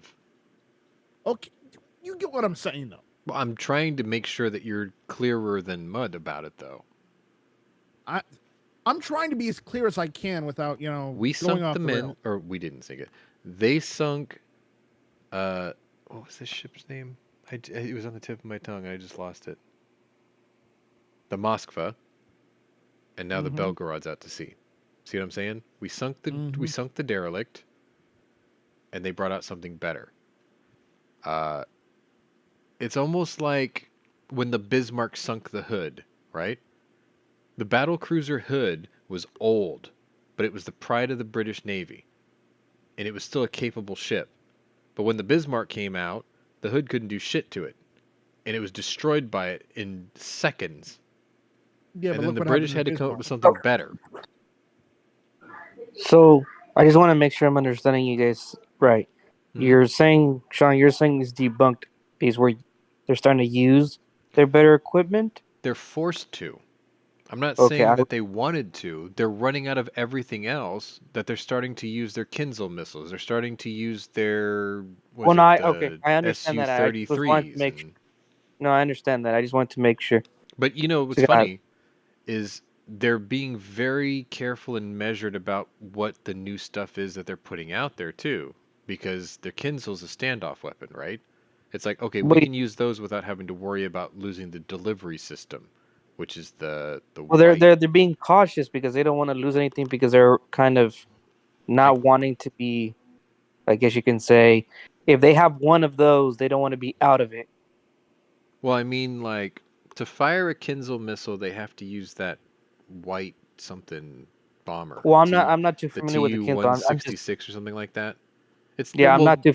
It's their hypersonic missile. That thing is sick. Like, the Ukrainians have nothing that can even intercept it, and I don't think we do either, to be honest. Because by the time you catch it on radar and you launch, it's already closed the distance. Like, you can't stop it in time. So what they're trying to do is pick up the aircraft that's firing it. They're better off picking up the aircraft that's firing it than trying to stop the missile, because the missile is hypersonic. It's hard to catch. Like, you have milliseconds if you're coming at it at approach speed, because once it passes your weapon's never going to turn around and hit it in time. And if you don't fire until after it passes overhead, you're never going to catch it in time, because you have to elevate and accelerate, and that thing is already gone. Yeah. Like hundreds of miles gone. Even though, it's only got a limited range because it's fucking fast and it burns a lot of fuel.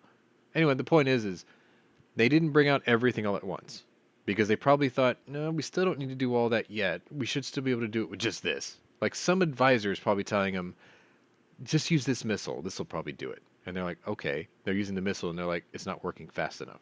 Okay, well, bring out this fighter jet that I think is the Sukhoi 33.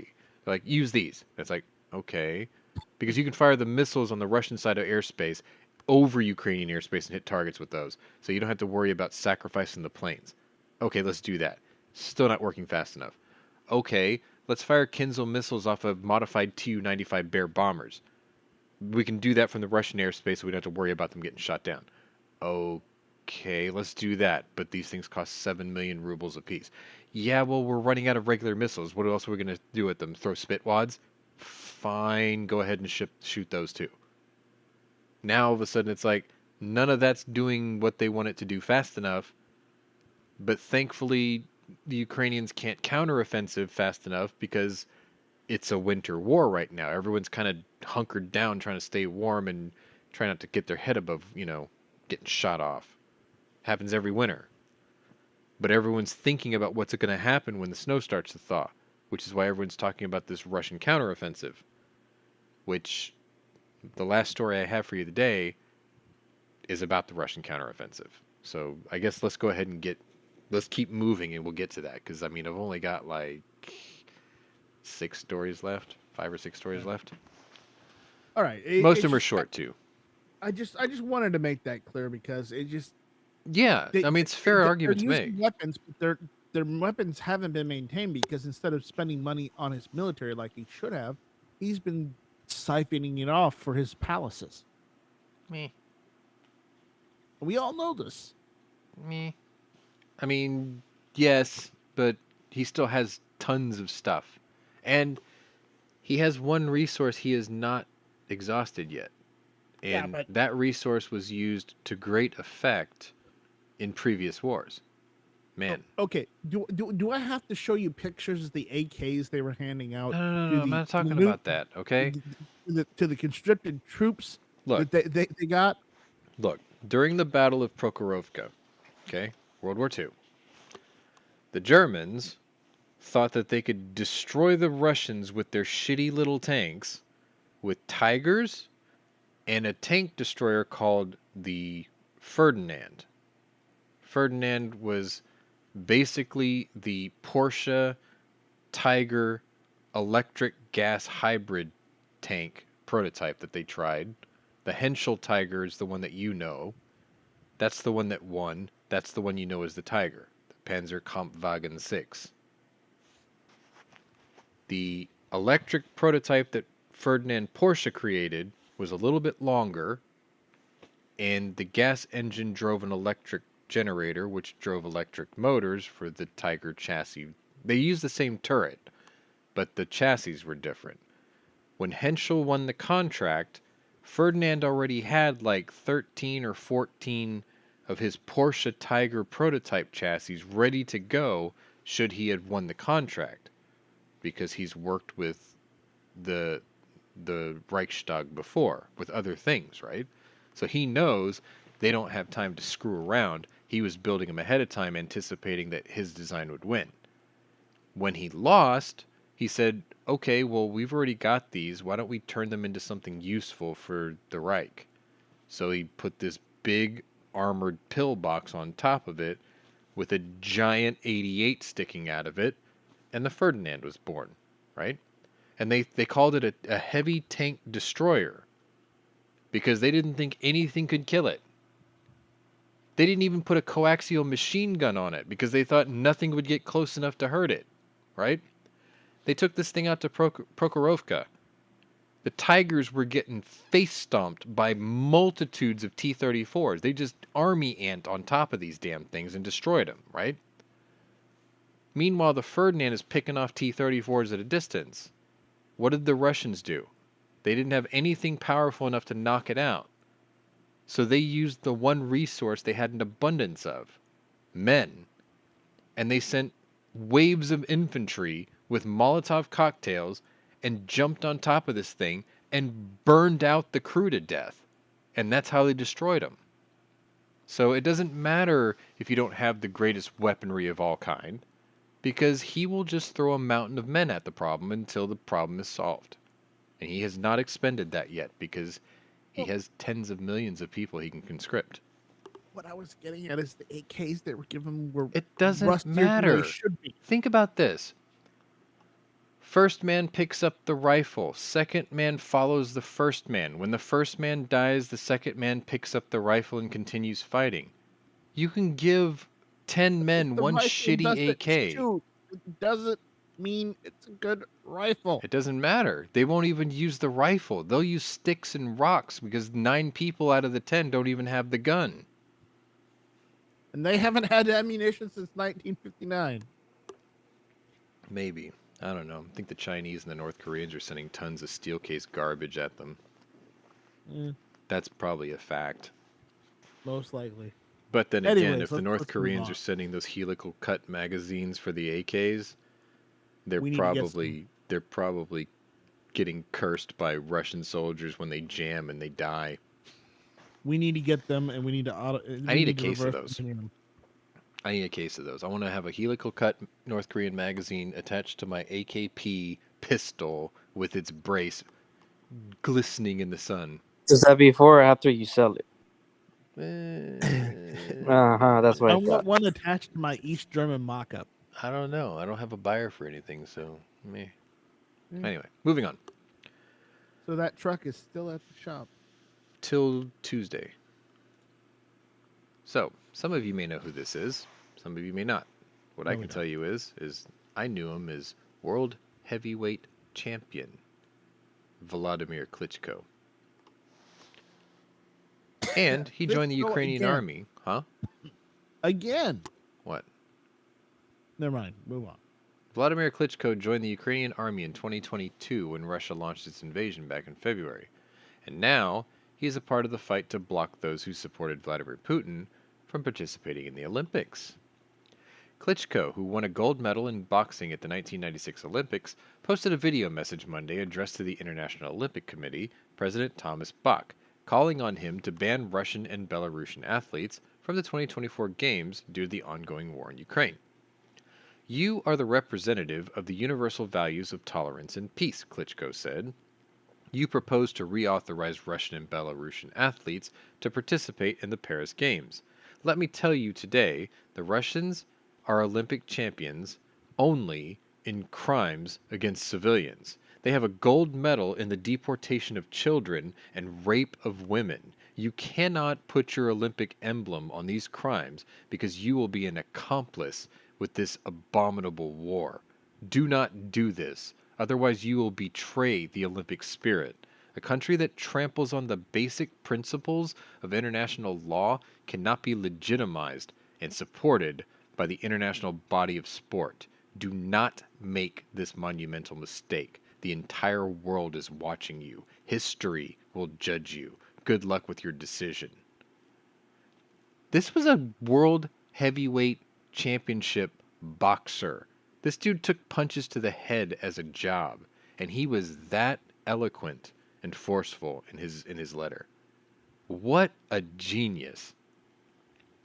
The IOC set out its preferred path last week for Russians and Olympians who have not openly supported the war to qualify for Paris and compete in 18 months' time as neutral athletes with no flag or anthem.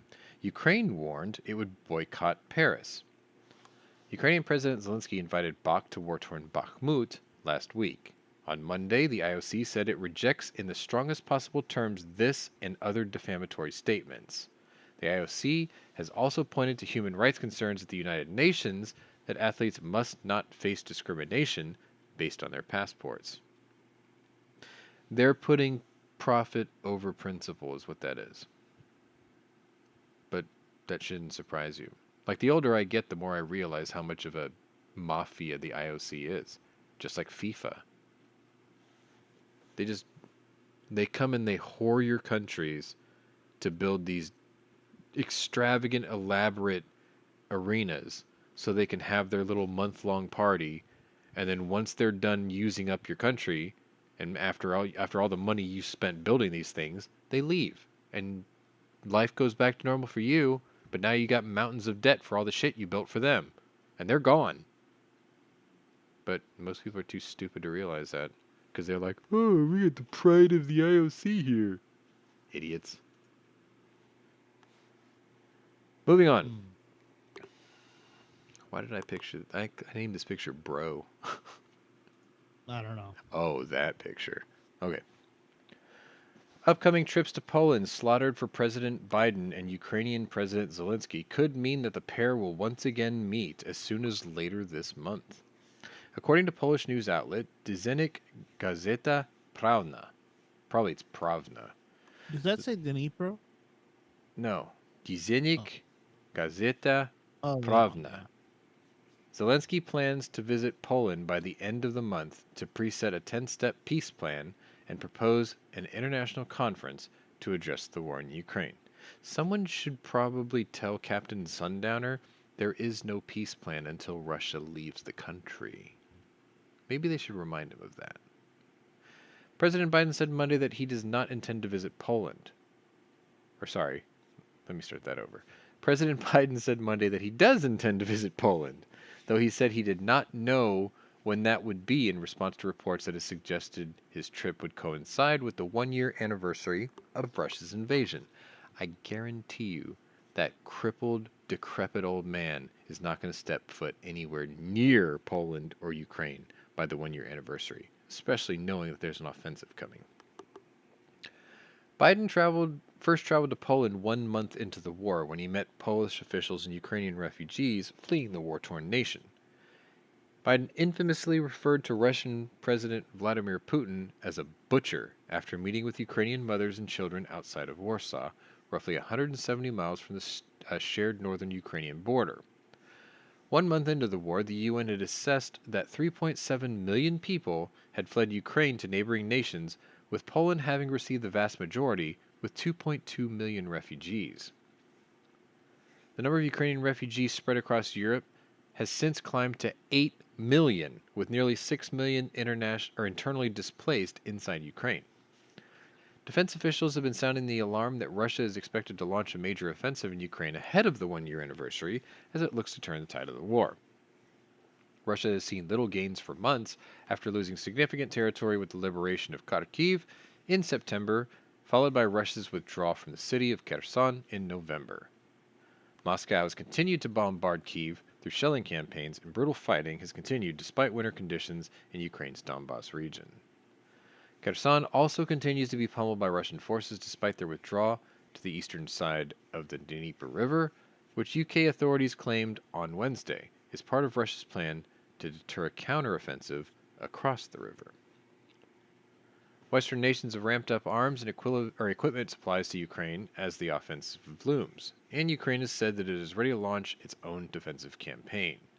Specific details on strategic plans to gain ground by either Russia or Ukraine remains currently unknown.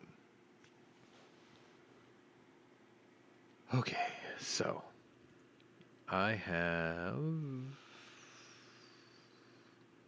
this is the countdown. 5 to go. I titled this one Niet, and now you'll see why. Yeah. Russia on Wednesday took aim at Israel and warned it not to get involved in the war in Ukraine by providing arms to Kyiv, claiming such a move would lead to an escalation of this crisis. Sidebar. I bet they're going to do it anyways. Sidebar. How many times has that empty threat worked? If you join, this will lead to an escalation. I mean, didn't we talk about that like every goddamn week when this started? I mean, we Russia, kept backing down. If you want the escalation, get the Belarusians to jump into Ukraine with you. There's your escalation. There you go. And if they do that, trust me, those Polish will be over the border faster than you can say niet. I hope so, but I mean, the problem is the Russians are already launching warheads from Belarus. So just because they're launching them from that's an Belarus escalation. doesn't mean they're sending Belarusian troops in to back up Russian troops. No, but they're using Belarusian artillery. But they're being manned by Russians. Those are Belarusian artillery pieces and shells. Yes. That's an escalation. It is. We say that all countries that supply weapons should understand that we will consider these to be a legitimate target for Russia's armed forces, Russian Foreign Ministry spokeswoman Maria Zakharova said according to a report by the Times of Israel. Any attempts, implemented or even unrealized, but announced for the supply of additional, new, or some other weapons, lead and will lead to an escalation of this crisis, she added, and everyone should be aware of this. Zakharova's comments came 1 day after Israeli Prime Minister Benjamin Netanyahu said that he was considering supplying Ukraine with more than just humanitarian aid, a move that would reverse Israel's previous position on the war. Netanyahu told CNN Tuesday that he was looking into providing Ukraine with other kinds of aid besides humanitarian help. I thought you said you had credible sources. Hey, I said I have multiple sources. I didn't say they were all good ones. I thought you said they were credible. CNN, I can't tell Bibi Netanyahu to go talk to. If I had that power, I'd have Bibi Netanyahu walk up, meet Putin, and put a bullet in his skull because he's that kind of badass. See, maybe he was that much of a badass that he walked into CNN saying, "Even y'all can't fuck this up." That's kind of like what his voice sounds like, too. Anyway, Israel made no hard commitments to Ukraine when it comes to defensive aid, largely because of the complex relationship that it holds with Russia, though Moscow's burgeoning relationship with Iran, which has provided Russia with drones for its war effort in Ukraine, could prompt Jerusalem to change its tune. Never mind the fact that Russians are killing Ukrainian Jews. Here's a thought. Netanyahu's comments ran counter to a statement made last week by... Wait a minute. You know what's fucked up?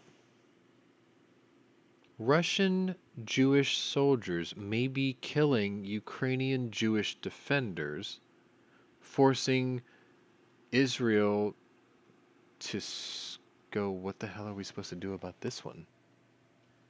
Right?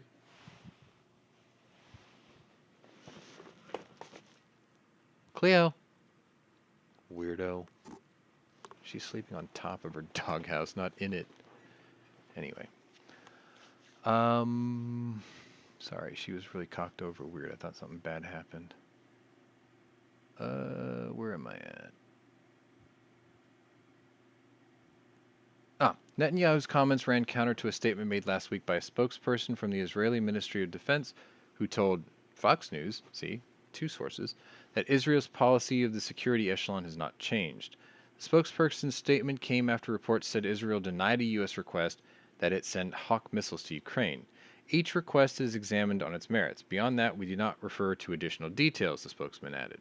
But the Netanyahu administration has set its sights on countering Iranian threats and Russia's growing partnership with the Persian nation that could mean that Israel may finally decide to back Ukraine with arms. Netanyahu said that he would not mind serving as a mediator if both Russia and Ukraine, along with the U.S., asked him to fill the role. I thought they already did that with Turkey. Russia's warning Wednesday was not only directed at Israel. France also received some finger-wagging from Zakharova, condemned French President Emmanuel Macron's comments this week when he said sending warplanes to Ukraine was not off the table.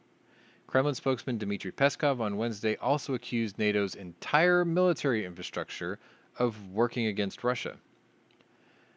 We see how NATO's entire intelligence infrastructure, including reconnaissance aviation and satellite groupings, are working in the interests of Ukraine in a 24/7 mode, he claimed according to a Russian media outlet, TASS. Peskov said the dynamic creates a very peculiar and hostile environment for Russia. Moving on. So we get there quicker. There you go. This is a weird picture because I don't know if you know this, Mike, but that guy in the picture looks an awful lot like Patrick. Well, I'm glad you're not saying he looks like you, Mike. No, he looks like Patrick.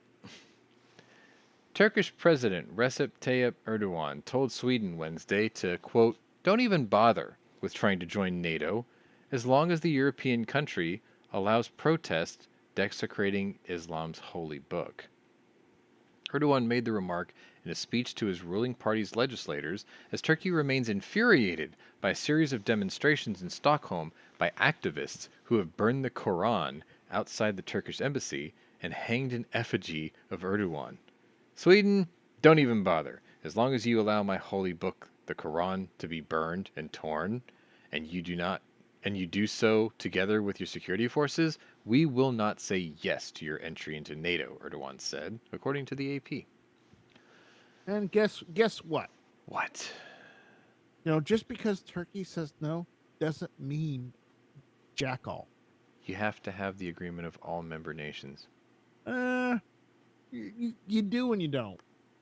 I don't believe Turkey's been flip-flopping on NATO for a long time, so I doubt their dissent it means anything.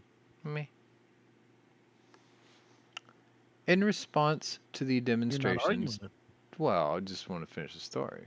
All right. In response to the demonstrations, Turkey also has indefinitely postponed a key meeting in Brussels that would have discussed Sweden and Finland's entry into NATO.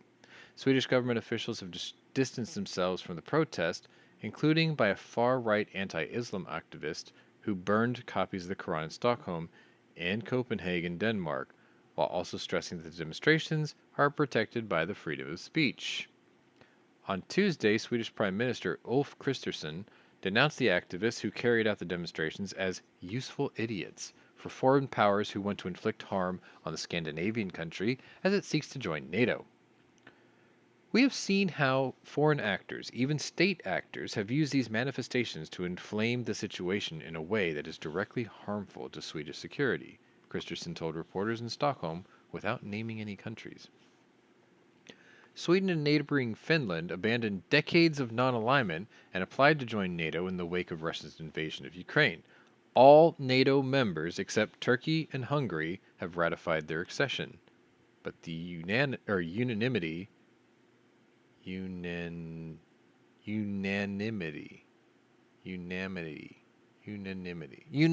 yeah. They all have to agree to it. Like, I was right. They all have to agree to it. So as long as Turkey and Hungary say no, they can't join. Well, So maybe why don't we just kick find NATO and Turkey and them. Hungary out? Peace. Just kick Turkey and Hungary out. Be like, listen, Captain Cockblockers, you're out. You don't offer us shit. They'll give us fucking... It's like, Turkey, what are you giving us? ZQI ammo? Hungary, what the hell have you done for us lately? Sweden's got Volvo, Scania, Actually, the Swedish bikini team. That's the thing about Hungary. They've been vocal about supporting Russia instead of NATO. Listen. Fucking Swedish underwear model, Jens Stoltenberg. Like, loosen up your jockey shorts and let your balls hang a little bit and be like, Turkey, what the hell have you done for us lately? Hungary, what the hell have you done for us lately?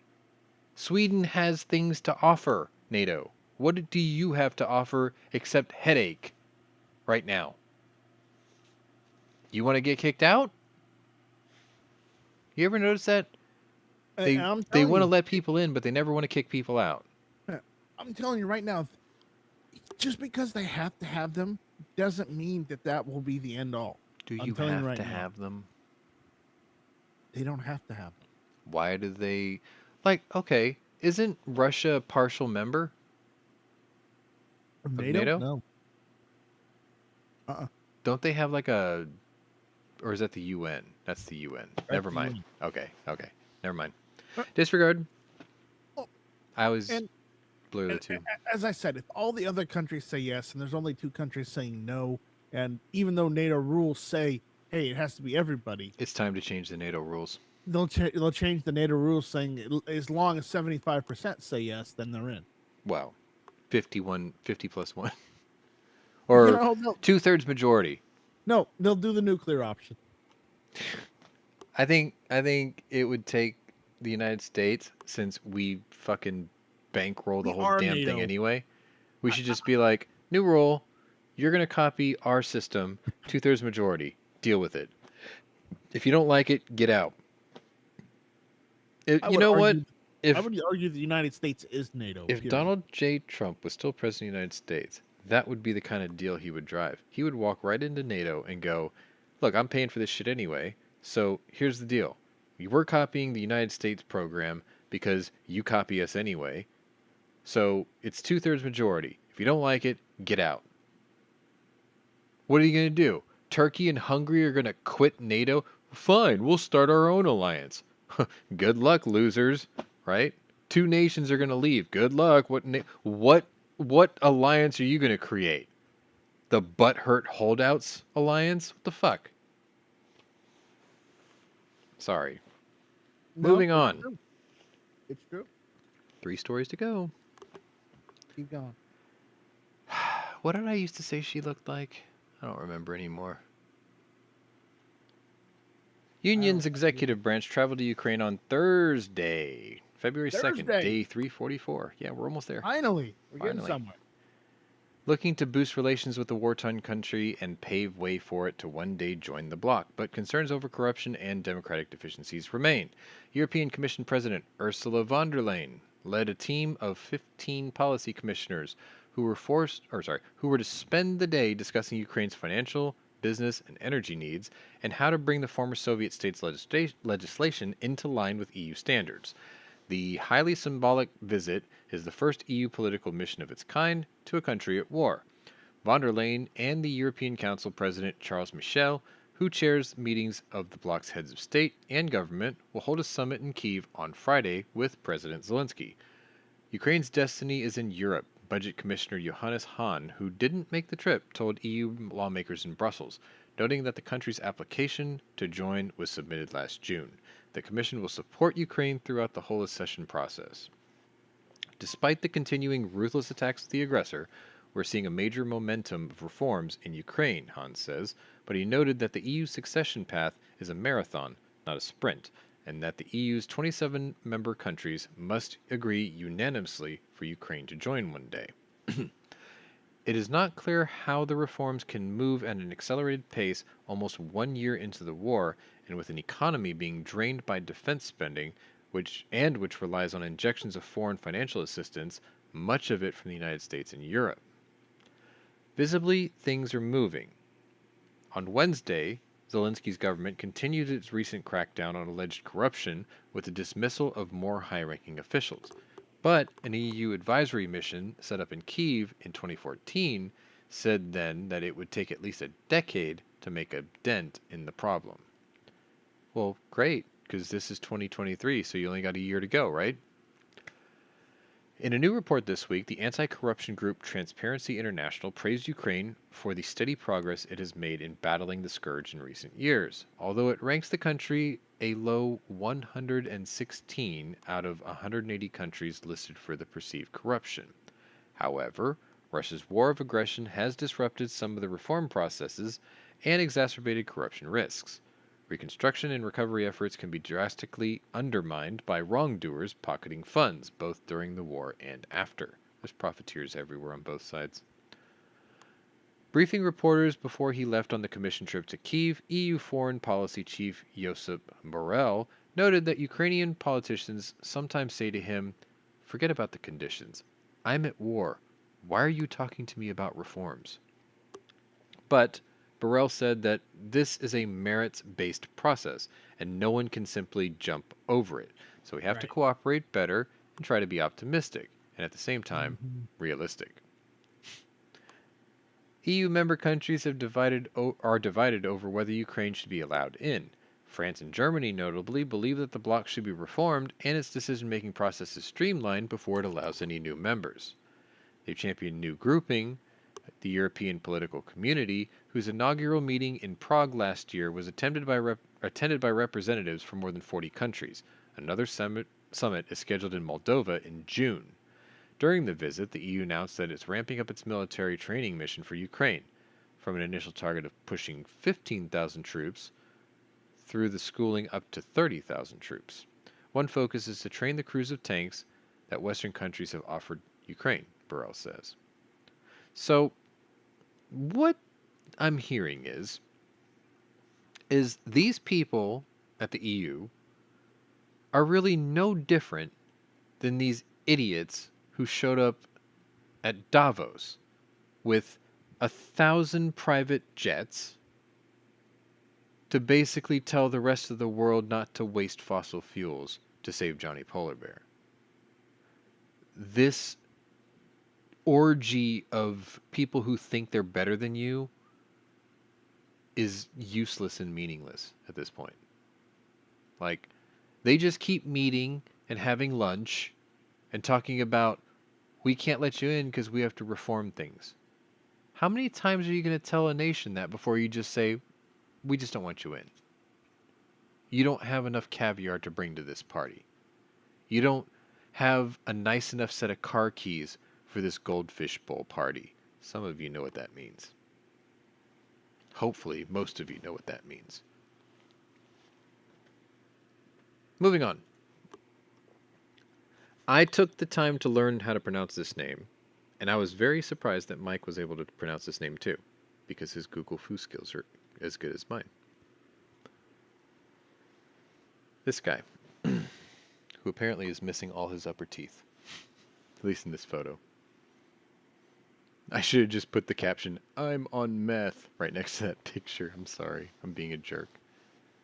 Prime Minister Jonas Gahr Sture. What about Hunter Biden? No. Prime Minister Different Jonas Gahr Sture of Norway said Thursday that the oil-rich Scandinavian country will become one of the world's top donors to Ukraine when his two-party center-left government presents another planned military and civilian aid package. Well, I can tell you the center would do it, but the left will never do it, so you already lost. Norway's profits from oil will finance the additional aid, and there will be a temporary increase in the use of oil money, Gahr Sture told Norwegian Parliament. He did not reveal how large the contribution will be, but he said the government would make it soon. We are in a situation where we have room for action due to extraordinary income from the petroleum sector, said the Prime Minister, who leads Norway's Labour Party. He said the aid would be arranged in such a way that has very little impact on the level of activity in the Norwegian economy. Norway is one of Europe's largest fossil fuel exporters, and the conflict in Ukraine has boosted its gas revenues. However, Norway has fended off accusations that it's profiting from the war in Ukraine. Last year, the country gave Ukraine more than $1 billion in civilian and military aid. Now, that doesn't sound like much, but if you think about the size of the country and the total population and the GDP of Norway, that's a substantial donation. Like, okay, so we spent $46 billion, right? But our country population is like 5 times the size. Our GDP is like probably 5 times the size. Maybe even more. Stands to reason that... Actually, no, our GDP is way higher.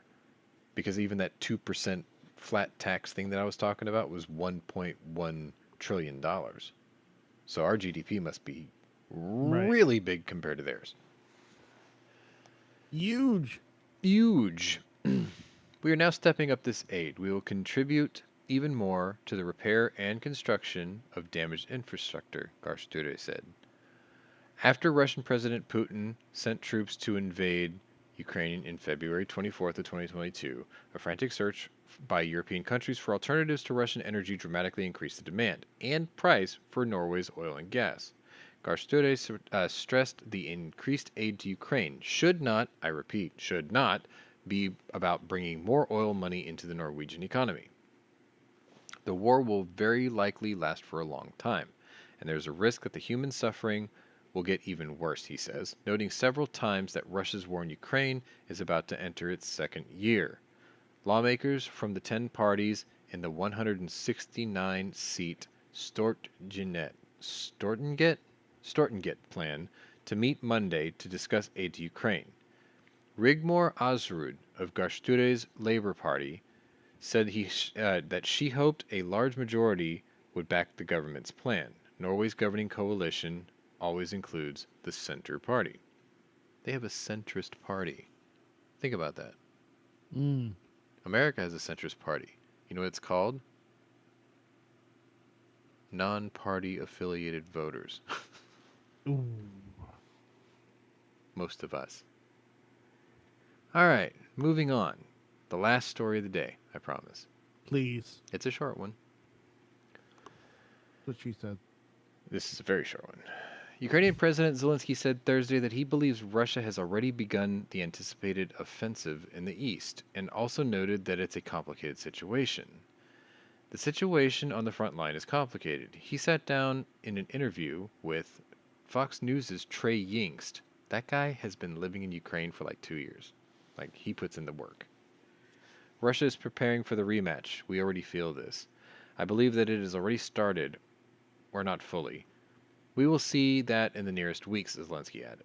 Defense officials have been sounding the alarm that Russia is planning a major offensive in an attempt to turn the tide in the war in Ukraine after failing to make any major advances in months and losing territory beginning in September with the liberation of Kharkiv.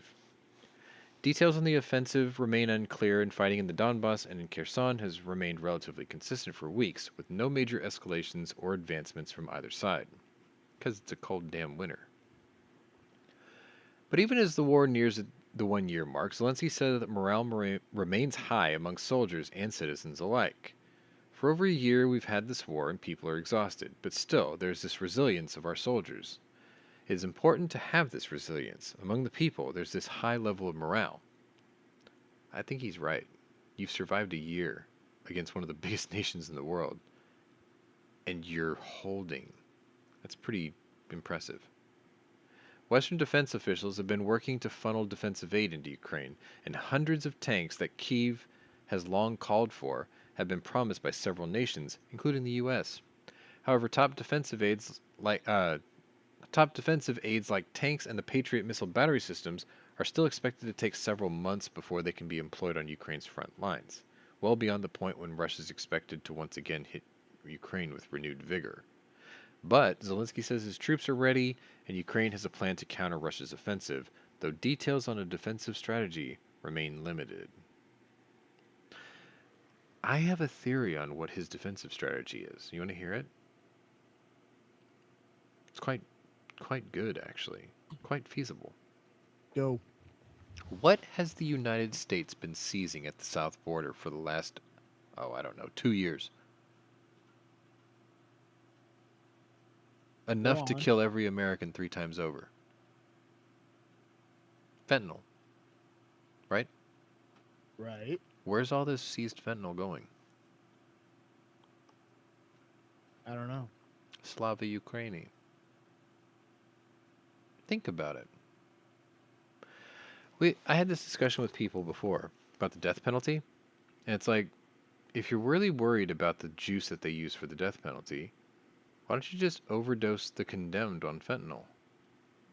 It's 2 birds with 1 stone. You carry out the punishment, you know it works, it doesn't take very much of it, and you get to get rid of the supply you keep seizing, right? So where's all this fentanyl going?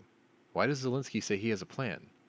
Did we just send him a couple 100 tons of fentanyl that he can make into aerial cluster bombs and just drop it all over the front lines and just wipe out the Russians? Did I just give him a battle plan? You may have.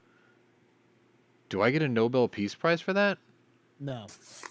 Why not? Probably not. Because Why not? I ended a war. I mean, think about it. Think about it, really. Like, Zelensky's sitting there going, uh-oh, somebody's been using brand X. Love that Joker. Right? Because if you're going to go with a smile. Overdose them on fentanyl. And with that, I'm going to play this. Because we are 2 hours and 32 minutes in. I'm out of stories. I didn't have really anything on Friday stories except for the threats of World War III and the talk about Chinese Luftballons. If you enjoyed that intro this episode, it was just a one-off, I promise. Anyway, if you're new to my channel, welcome, but if you're a regular here, welcome back. Either way, check out my other playlist, see if my other interests may be of interest to you. If you've been keeping up with my Kicking It Old Schools, I promise you something very special is coming for episode 9. And I'm still recording it, and it's going to be a long one, but I promise you're going to love it. So anyway, this was the War Room. This was day 345. We'll try to be back next week. Slava Ukraini. Heroyam Slava. And good night. Shall not be infringed.